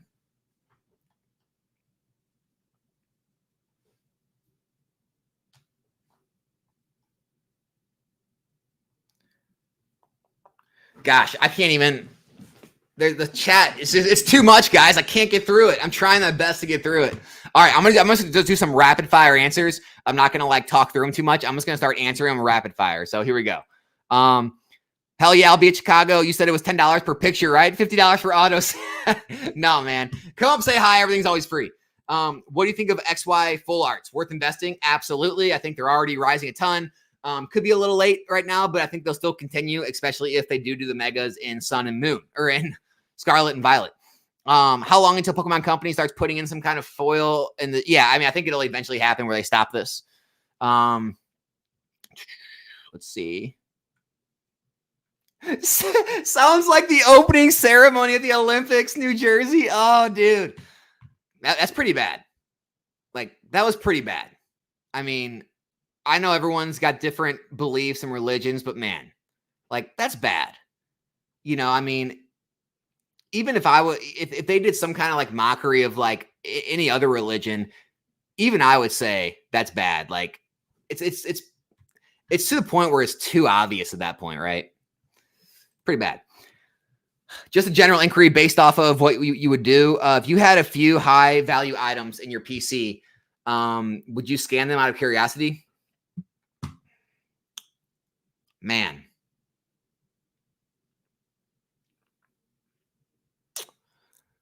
I probably would. Aquapolis, Crystal. What is that? Crystal Lugia? Crystal. Yeah, was it Crystal Celebi too? Is that Aquapolis?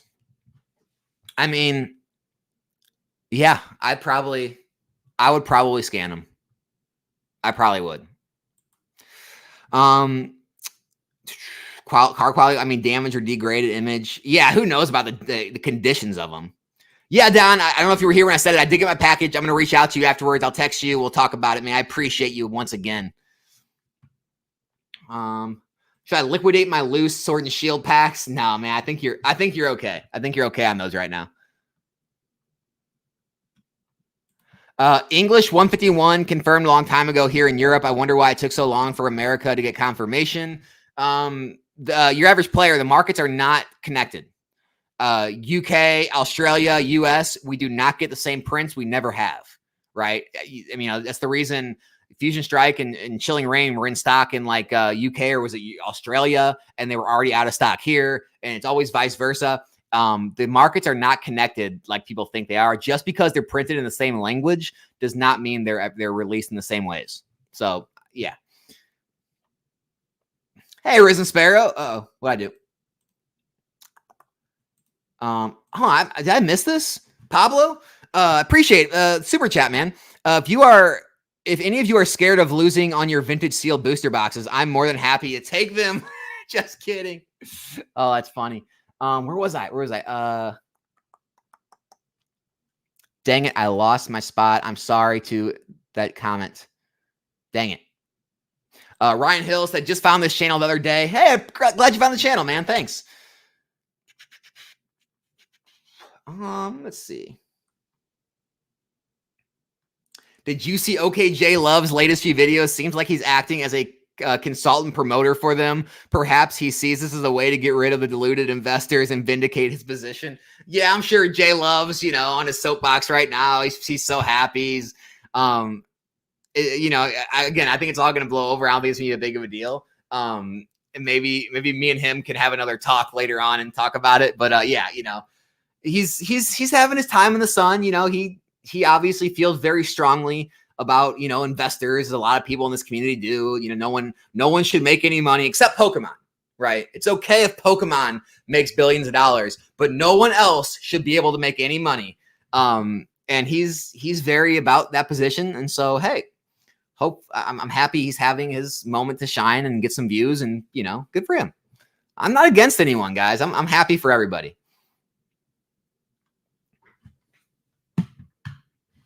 Okay, here's the problem, Alex. Hans guitar solo. Here's the problem.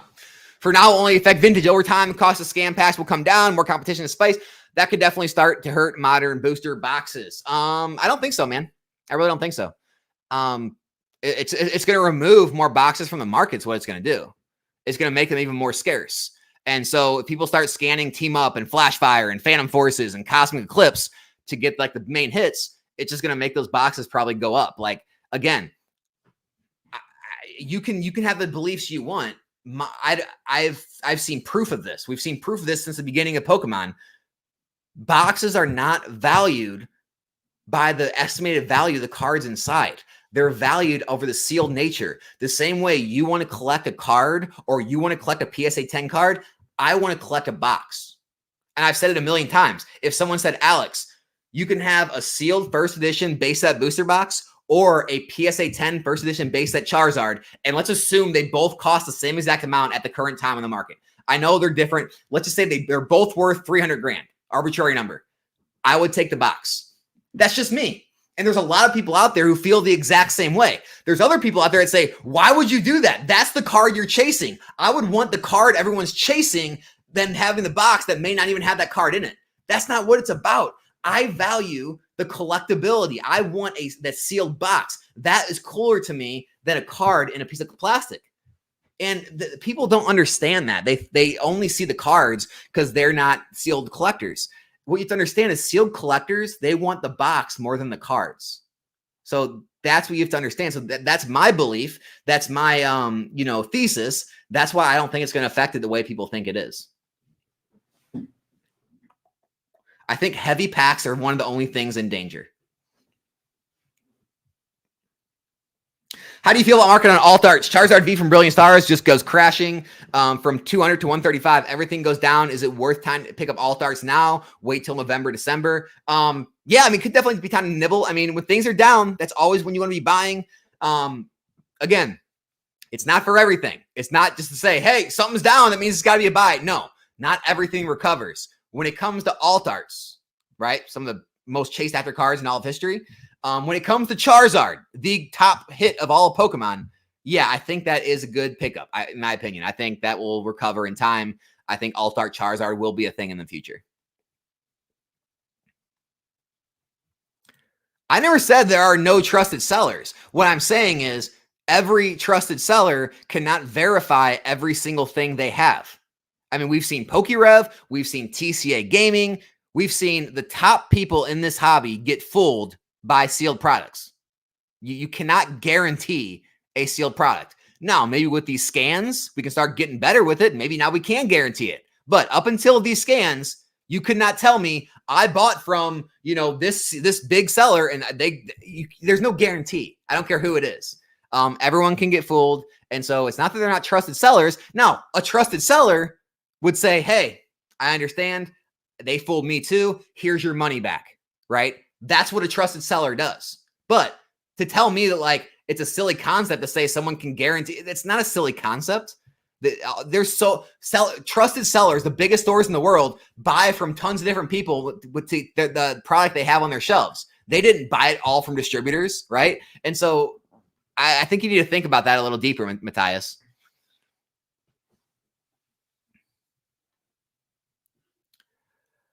All right. PokeNE's in the house. PokeNE. Hey, Brian, man, I did watch your video on this. It was good. I did it. It was a good video. Yeah, man. I mean, I think it's a fun time to be in the hobby. I mean, I just don't think it's gonna be that big of a deal, but we'll see, we'll see when it does get cheaper. I mean, I like you said, I think a lot of people were obviously already doing this for years. Now it's going to be open to the general public. But again, the general public being the people who pay attention to Pokemon YouTube at this deep of a level. And so the general public might be a generalized statement. I mean, the general YouTube investing public, which is and then the people who actually care enough to do it. Guys, we're probably talking about thousands of people, maybe tens of thousands of people, but it's that's the most. You're not going to see millions of people doing this. It's just not. It's not realistic. So yeah, it's big news. It's a big deal, but it's not as big of a deal as people are making it. That's how I feel about it. Let's see.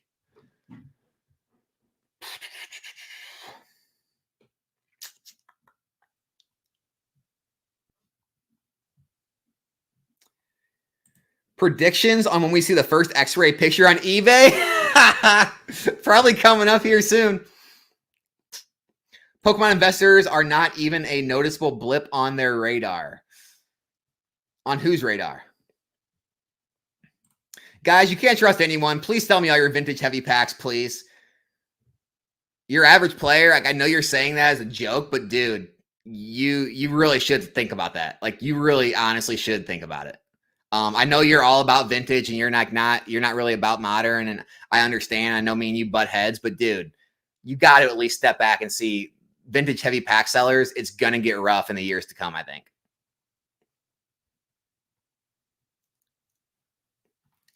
Yeah, that's the cop out every reseller lives by. Well, I didn't weigh it, so it's on weight. No. If you do that, that's bullshit. Don't do that. F you, right? Investors absolutely make up a significant portion of sales for Pokemon, whether that is 5% or 30%, somewhere in between. Yeah, I don't think it's 30%, man. I think that's crazy. 5% maybe.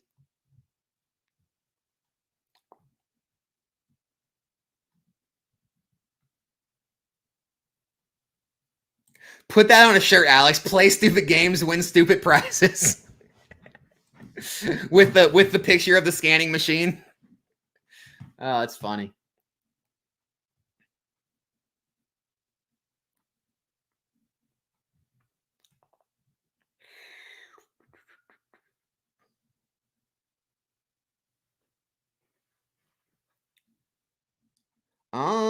Just trying to see what else we got going on here, guys. I'm trying to scroll through this list the best I can. I'm still so far behind. So far behind. All right, I'm quitting, guys. I am literally an hour behind on these comments. I'm scrolling to the end. Everyone's still here. Leave your comment in the chat right now. Retype your question. I'm gonna get to it. There's 200 comments, guys. I can't get to them. I can't even keep up. I'm gonna start right now. I'm gonna keep up with it. Leave your stuff in the chat right now. I'm gonna get to it. All right. Let's see. We got. All right. We're starting with Eric. The cost of grading gives the potential to increase the value of the known item. Scanning will always be a cost detracting from the value profit. I can't see this taking off outside of specific scenarios. I feel the same way. Right? There's always going to be a cost to it. Even if the scanning machines get cheaper, you're going to have to buy it. You're going to have to work that into every pack you scan. I mean, there's always going to be a profit margin there. I just don't know how expensive the packs or how expensive the hits need to be to make it worth it, right? Because again, every hit you find is not a PSA 10. And if you don't get a PSA 10 and it gets a 9, a lot of the times it's probably more worth it just to keep the pack or the box sealed.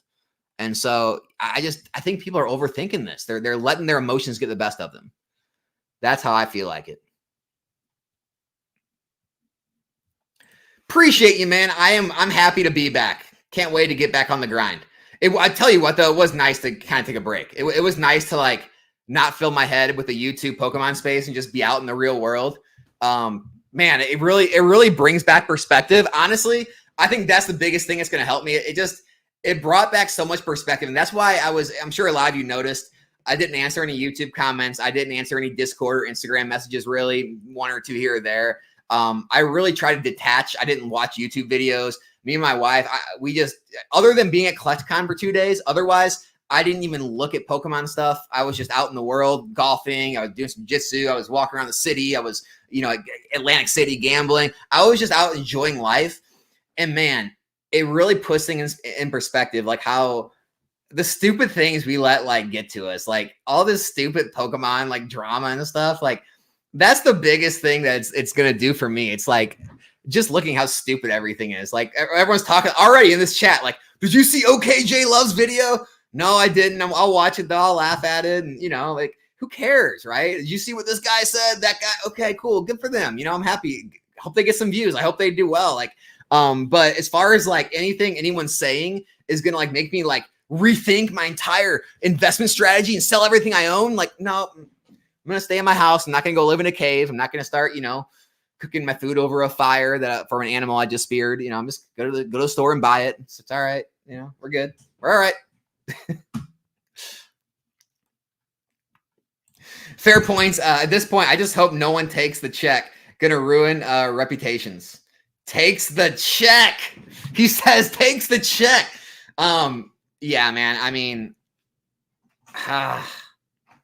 it's like this with everything. It's kind of like when tag grading became a thing. I'm just like, when I made that whole, video I made about tag grading where I said, all right, you're going to see a bunch of people who own vintage cards that are pissed off that their investments haven't moved in a while. And they're going to see this as their like way to, okay, I'm going to crack my PSA 10s or whatever. And I'm going to throw them into tag or even BGS pristines. I'm going to throw them in a tag 10. And then I'm going to convince everyone that tag is the creme de la creme, the real grade. It's more expensive than every other card. And I'm going to try and up my investment just by putting in a different piece of plastic. And I feel like that's what people are going to try with this or something like, well, no, I scanned this box, so now it's worth 5 times as much. It's like, what? Like, what do you mean? Now it's double the price. Like, what? What are we talking about here? And I feel like that's what people are going to do. You're going to have content creators jump on board and try to, all the anti-investing content creators are going to ride this train and, it'll fizzle out and they'll move on to something different. Guys, again, I made that video when I was gone about like the negativity in the hobby. And, we have to remember at the end of the day, this is YouTube. People want views. They want clicks. They want comments. They want their channel to get pushed. They want to, get YouTube ad revenue and grow their subscriber count and they want number to go higher. It's like their way of investing. They want to invest in their channels. So their subscribers are higher. So they feel like successful. You have to remember that, right? A lot of these guys, maybe they do believe in what they're saying, but they're not as invested as you think. Like most of the time, the audience is more invested in what the person is saying than the person actually saying it. And so just keep that in mind. Is like none of this stuff is as serious as people make it.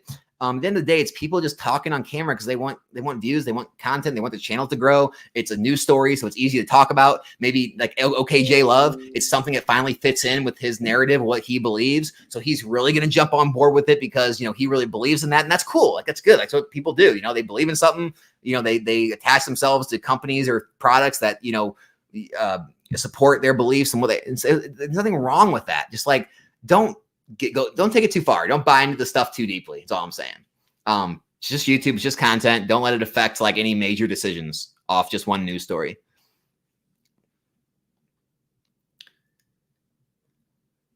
There's going to be more scammers and people wanting to make money that will start the flood in the community. What do you mean by scammers?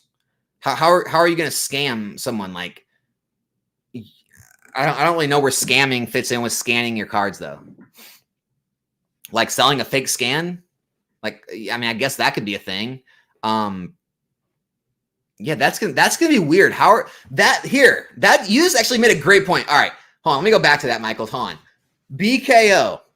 This is a great point, Brian. If you're PokeNE, you still here, man? Did you talk about this at all in your video? How are people going to be able to prove the scan goes with that box or that pack?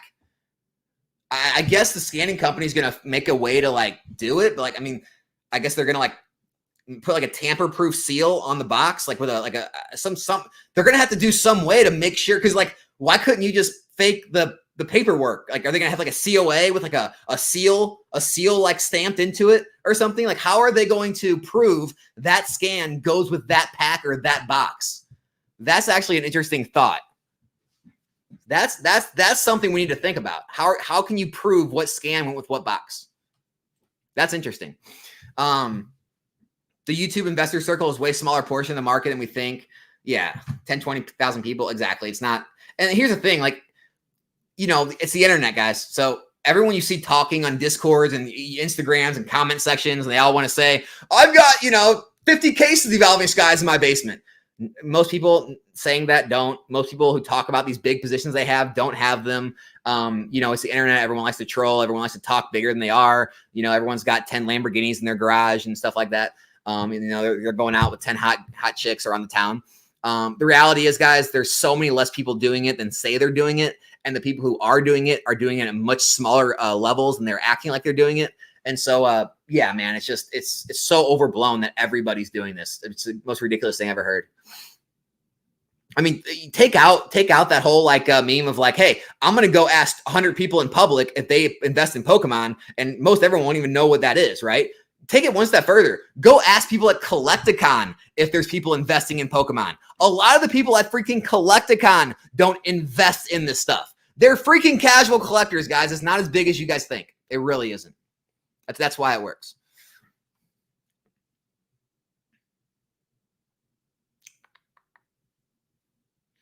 Sealed vintage or expensive modern outpacing traditional investments is numbered now. Well, it always has been, Andrew. Once items get to certain price points, like the trajectory at which they grow is always slowed down. So like a box that's $3,000 is not going to get to $6,000 before a box that's $100 gets to $200. So you're always better off putting that $3,000 into a brand new box at $80 or $90 than you are letting it sit in a $3,000 box, right? At that point, you're really more of like collecting and hoping it grows somewhat in value over time and like it's not losing you money. But that's always been the case. Like, that's why I've always said it's stupid to invest in vintage at this point, because it's all too high. Like, you're not going to see a $15,000 box of base set go to $30,000 before $15,000 invested in Twilight Masquerade is going to go to, $30,000. It's obvious. It's so obvious that I don't think it even needs to be talked about anymore. But yeah, that's always been a thing. I have not seen Deadpool. No.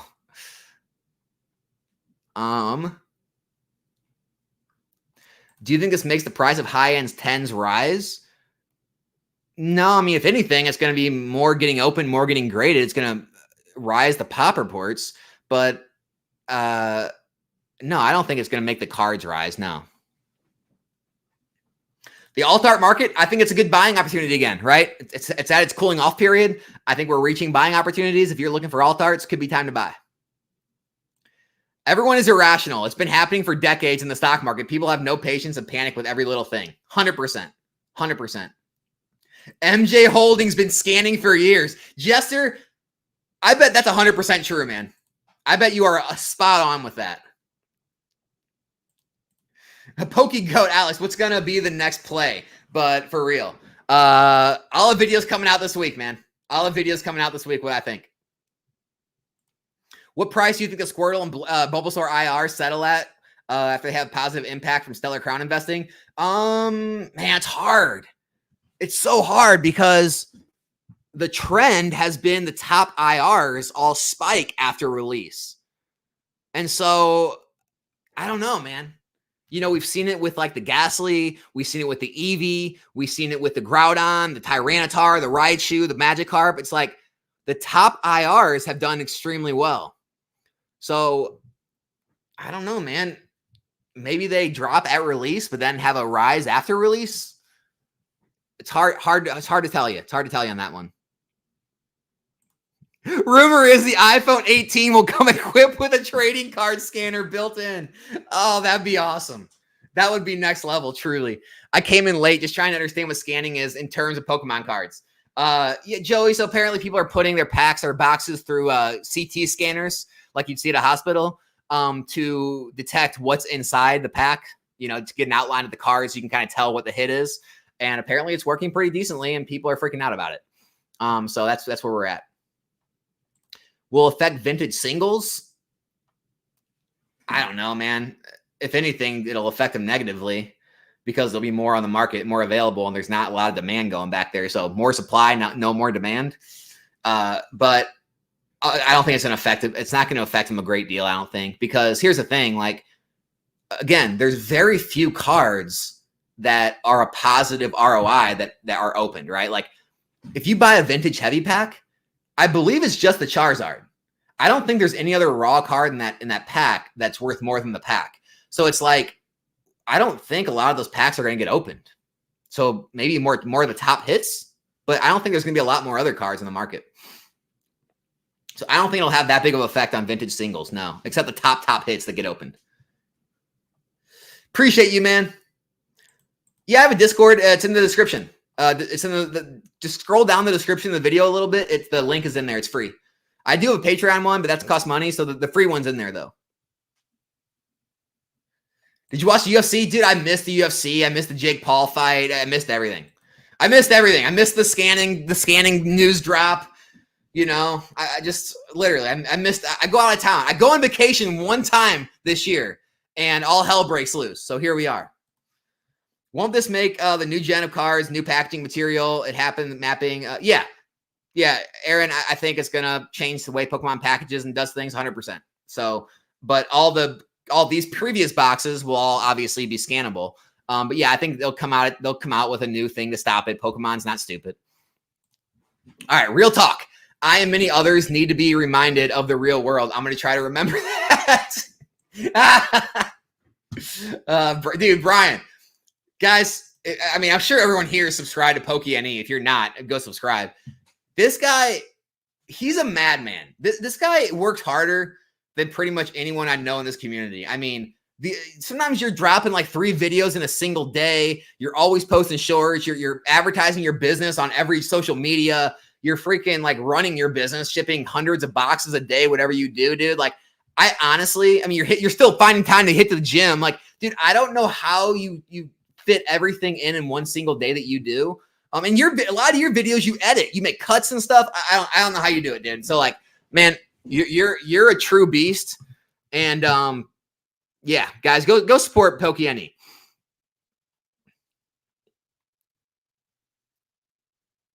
Watch out for the wrong bubbles to be in. Yeah, there you go. Sell. Scarlet and Violet cases are done for now. It's all going to 0. Calling out the tag shills, always, brother, always. If anything, the bubble keepers are the bubble keepers. That's a new one. Are going to turn this into fear-mongering situation to make everyone sell so they keep swoop in and buy everything out. Yeah, I mean, yes and no. Like, I think some people truly believe it. Like, speaking of like OKJ love, like people who are like truly against investing, I think like they probably truly believe what they're saying. But yeah, you also do have the scumbags out there, which I don't think he is. I think he has a difference of opinion of me. But you definitely have like the scumbags out there who know it's no big deal, but they're gonna fear monger it, and like then they'll be the ones buying stuff at like 70% of market, 60% of market, just like so to freak people out, then buy it all and be like, oh no, I got lucky, it wasn't a big deal. Like it's pretty effed up what happens in this hobby, but it does happen. It does happen. The bubble keepers, I like it.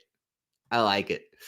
Most of the time, the audience is more interested in the creator is 100% the truest statement on YouTube, and I say that as a YouTuber, dude. It's just because me and you are real. Like we're just telling it like it is, you know. Like, people, the community, the people in the comments, the people who see the video, they're usually like more, up in arms and at each other's throats in the comments than we would even be at with each other. So it's just like, it's crazy, man. It's crazy.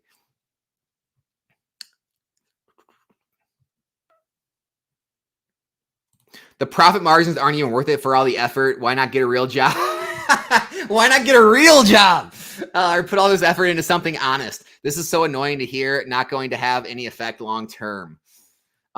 Should we be thinking about selling our collections now, or would it be best to keep and sit on for a while?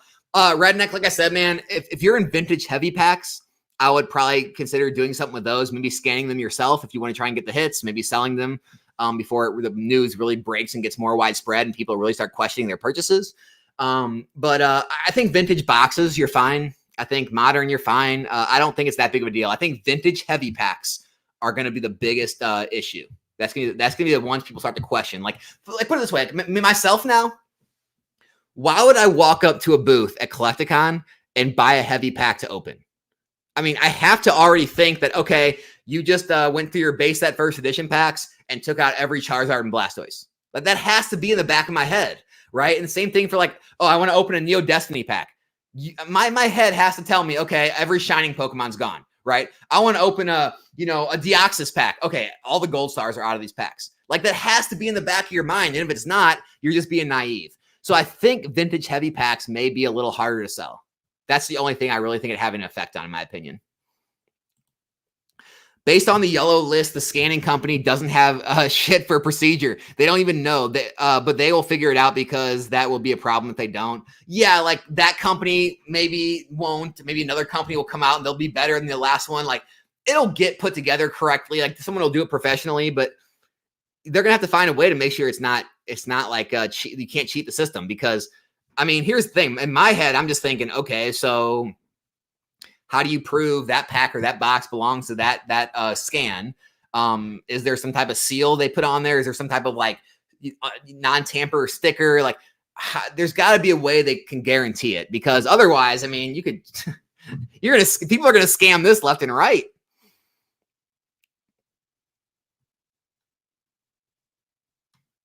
Did you break 80? No, dude, I didn't. I started off great though.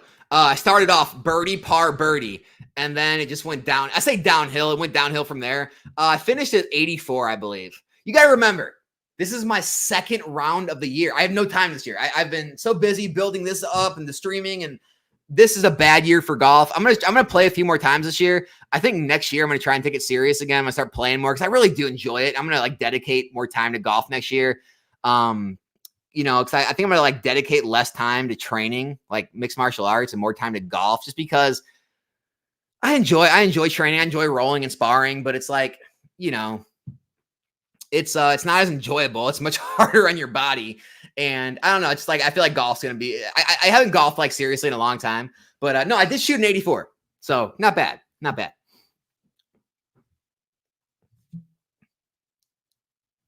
What killed me? I took an 8 on a par 4. It was bad. I hit it in the woods off the tee, dropped, and it was a dog leg. So I tried to hook it around the corner, went back in the woods, dropped again. it was rough. It was rough.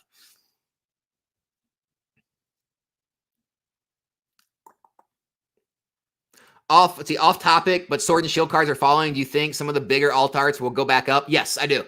I like alt arts long term. Just like Sun and Moon, alt arts went back up. Just like we're seeing resurgences in XY full arts. I think the top hits from the eras will be fine. I think a lot of the other ones won't. It's my same view I have on vintage, on mid era. I think the top hits, the most popular Pokemon, they'll be fine. I think all the other stuff kind of gets lost in translation and it doesn't do as well over time. So yeah, I don't think like all the mid hits of all the Sword and Shield stuff will probably do well long term. But yeah, the top alt arts, no problem. I think they'll definitely be fine. My opinion.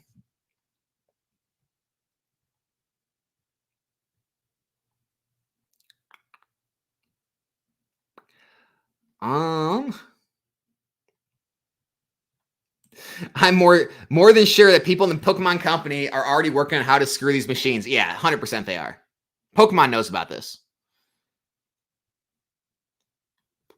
People are just expecting scanners to be peaking on all those stacks of hits jammed in the box, like as if there's in hollow and foil on each pack. I don't know how it works. Apparently, they're pretty accurate. I haven't dug into it deep enough to know how accurate it is, but I'm just going to go with it's pretty accurate. I mean, I'm not trying to like talk down. Here's the thing, guys. Like I said this before, I'm not here to convince anybody.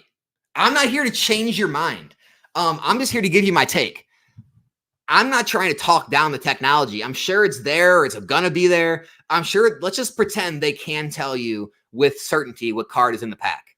That's what we're going to go with. So if they can do that, I still don't think it's going to be that big of a deal. I really don't. Prices have not dropped. I looked at all the prices last night of pretty much, I mean, everything looks pretty stable to me.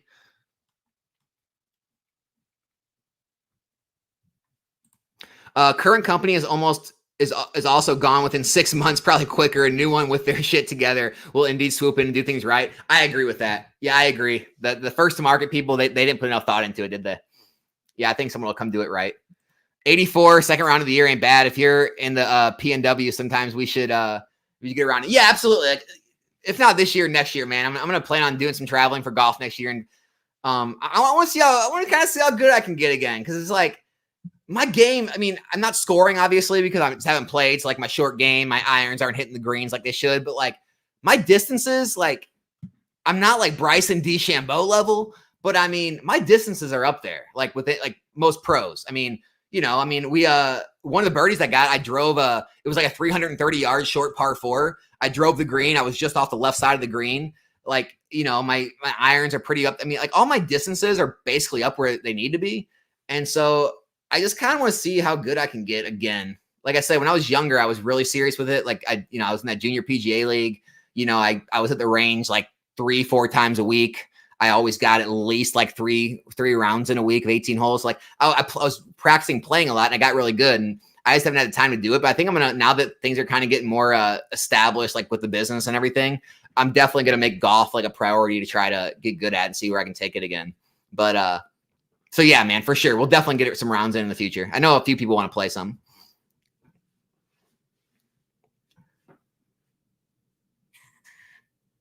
So I do have over 6K in CGC slabs. Are you serious? If you're serious, man, I'm sorry. To Alex to be on break 50 with Bryson before the new rocket set drops, dude, that'd be amazing, wouldn't it? No, like I'm not at that level or nothing. I'm not trying to act like that. I've never shot par. I've definitely never shot par. I've got close, but I can't, like, I was never breaking par. But back when I was younger, my distances weren't there. So that's why I kind of want to see how good I can get if I try to play again. So I think I'm gonna try to make it a priority. It's gonna be fun. Maybe I'll like do a secondary channel where because I know golf channels do well. I'll like track my progress on a different channel and make it like a golf related channel. The road to break par.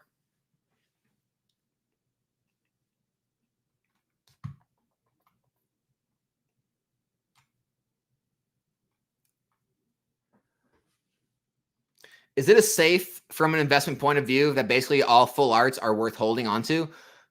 No, I wouldn't say that, Pokey D.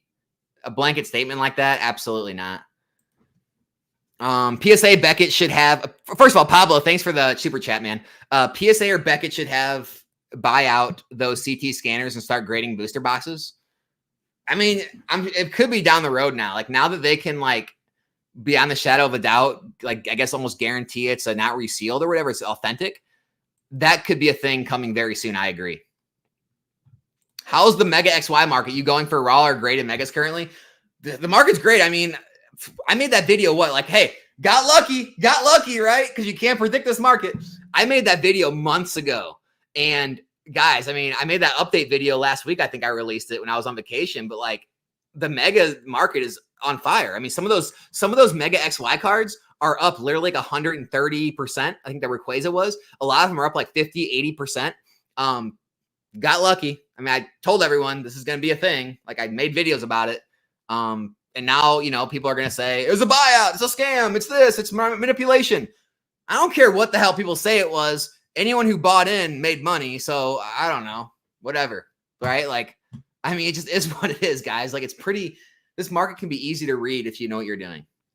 So yeah, it's strong where it is right now.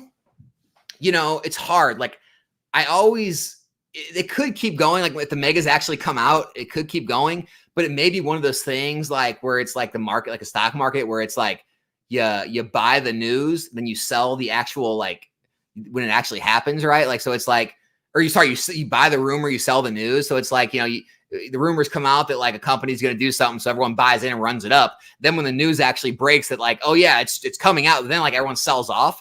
It could be something like that where everyone just kind of buys in, anticipating the move when megas are released. And then who knows when megas are released, maybe it sells off. I don't know. But like buying into cards after they've already risen 50, 80, 100, 130%, it scares me a little bit. But I can't say it's a bad move. It's just be more cautious with it at this point. It may be a little late on some of those. Would a scan pack sealed Charizard theoretically be worth more than a PSA 10? So like a PSA 11. I think, well, I guess it depends on the card. It depends on the card. I mean, think about this. A scanned pack with a Charizard that grades a PSA 10, a sealed PSA 10 pack as well. That may fetch a crazy amount. I'm sure there'll be some crazy sales in the beginning when people start selling these scan packs and with scans and all that and proven and all that. I'm sure there'll be some crazy dollar amounts hopping all over the place. It's going to be interesting to see where it settles. I don't know. I don't know how to answer that question yet. I will keep you accountable to play more golf next year. Hey, man, we all take 8 sometimes. That's why we aren't on the tour, the PGA. Yeah, that's exactly why we aren't there. I think I may be short on megas. I'm only doing grading raws and buying low graded CGC 8 Mega Gyarados. Oh, Josh, you're the one that reached out. So, guys, Josh bought a CGC 8 Mega Gyarados full art, cracked it, regraded it a PSA 10. Dude, that's just like a win all day long. That's crazy. How do you know if they get a scan pack? Don't know. I truly do not know yet. I think eventually they're going to come out with a way. They'll probably come out with a way to like seal it in some type of box or plastic or, like almost like, I mean, in my mind, if I was running this company, if I was running the company, I would probably put the box in like one of those acrylic cases and then seal it with like a big giant seal that couldn't be tampered with like a signature, like a date of like a tamper-proof seal. And then I would probably like inside of the box, like a COA type thing, I'd have like a stamped, like, a seal of approval, like certificate of authenticity. Here's the scan. Here's what's in the pack. And I'd have that inside of that. So like that way you couldn't tamper with it. You couldn't switch it. You couldn't open the box. And it'd be one of those things. It's like, okay, your box or your pack is now sealed in this acrylic case with the COA in there. You can't open it. And if you open it, it's like void. Kind of similar how eBay does theirs when you send it in for authentication, how they seal up the sleeve over it with those tamper-proof little labels. So I'd do something similar to that if I was running that company, because otherwise there's just no way to track it. There's no way to police it. So I think they'll come up with something like that where you can kind of you feel comfortable with it. That's how I would do it, at least. PSA could eventually do a service where they scan the pack before they grade it. That'd be wild. Yeah, there could be all kind of stuff stem from this. We'll see what happens. But yeah, guys, that's all we're going to do for today. It's been 2 hours. I appreciate everyone stopping by and all the questions. If I didn't get to your question, I apologize. Leave it in the comment section. I'll get to it afterwards. But I would just approach this with caution. I think you're fine. I think your modern stuff under, $1,000 boxes are fine. I think your booster packs that are selling for $3, $5, $10, $20 are fine. I even think your vintage boxes are fine. I think your sealed cases are fine. I think the only real, maybe the pop reports rise a little bit on the top hits from the vintage stuff because people are starting to, scan the packs. There's more of them on the market, more getting graded. Maybe it produces more on the market, so it drops the price a little bit. So maybe some of your vintage, high-end grails go down a little bit. But I think in light packs, I don't think light packs are going to be affected. They're already light. No one's scanning light packs. Everyone sells them as light. They're willing to pay whatever they're worth light. Light packs are fine. I literally think the only thing to worry about right now is going to be your vintage heavy packs. I probably wouldn't be buying them from like a table at Collecticon where they're all laid out. You know, like what's the big one? What's the big guy? Pokemon Network. Pokemon Network has tons of them. I'm sure they're all legit and not scanned, but I mean, it's impossible to know nowadays. So I probably wouldn't be buying heavy packs like that to open or invest in. If you're wanting to like take that gamble, find a streamer who's actually going to open the vintage box on camera. They're going to take all 36 packs out there and open them all. Other than that, I would stay away from vintage heavy packs. And that's just my opinion. I think it's going to be an issue. And so that's the only thing I really see coming from this, guys. Try to approach this with a little bit of caution, a little bit of patience.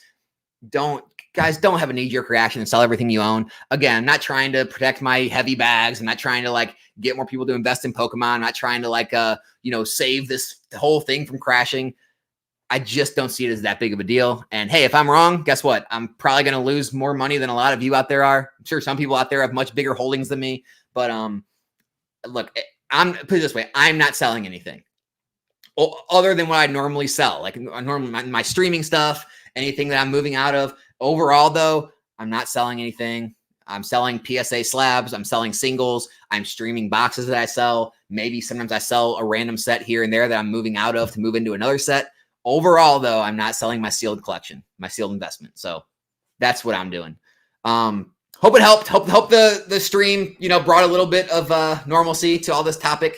And we'll see how this goes together. Have some good videos coming out this week. Got the Collecticon recap with all the guys I interviewed. Some other videos coming out. Me and Eli will be live tomorrow afternoon on his channel, Pokemon USA, where we're going to talk about the reprints, restocks, news, rumors, all that good stuff, and some other things. And yeah, that'll be about it. See you guys back here in a new one soon. I'm out.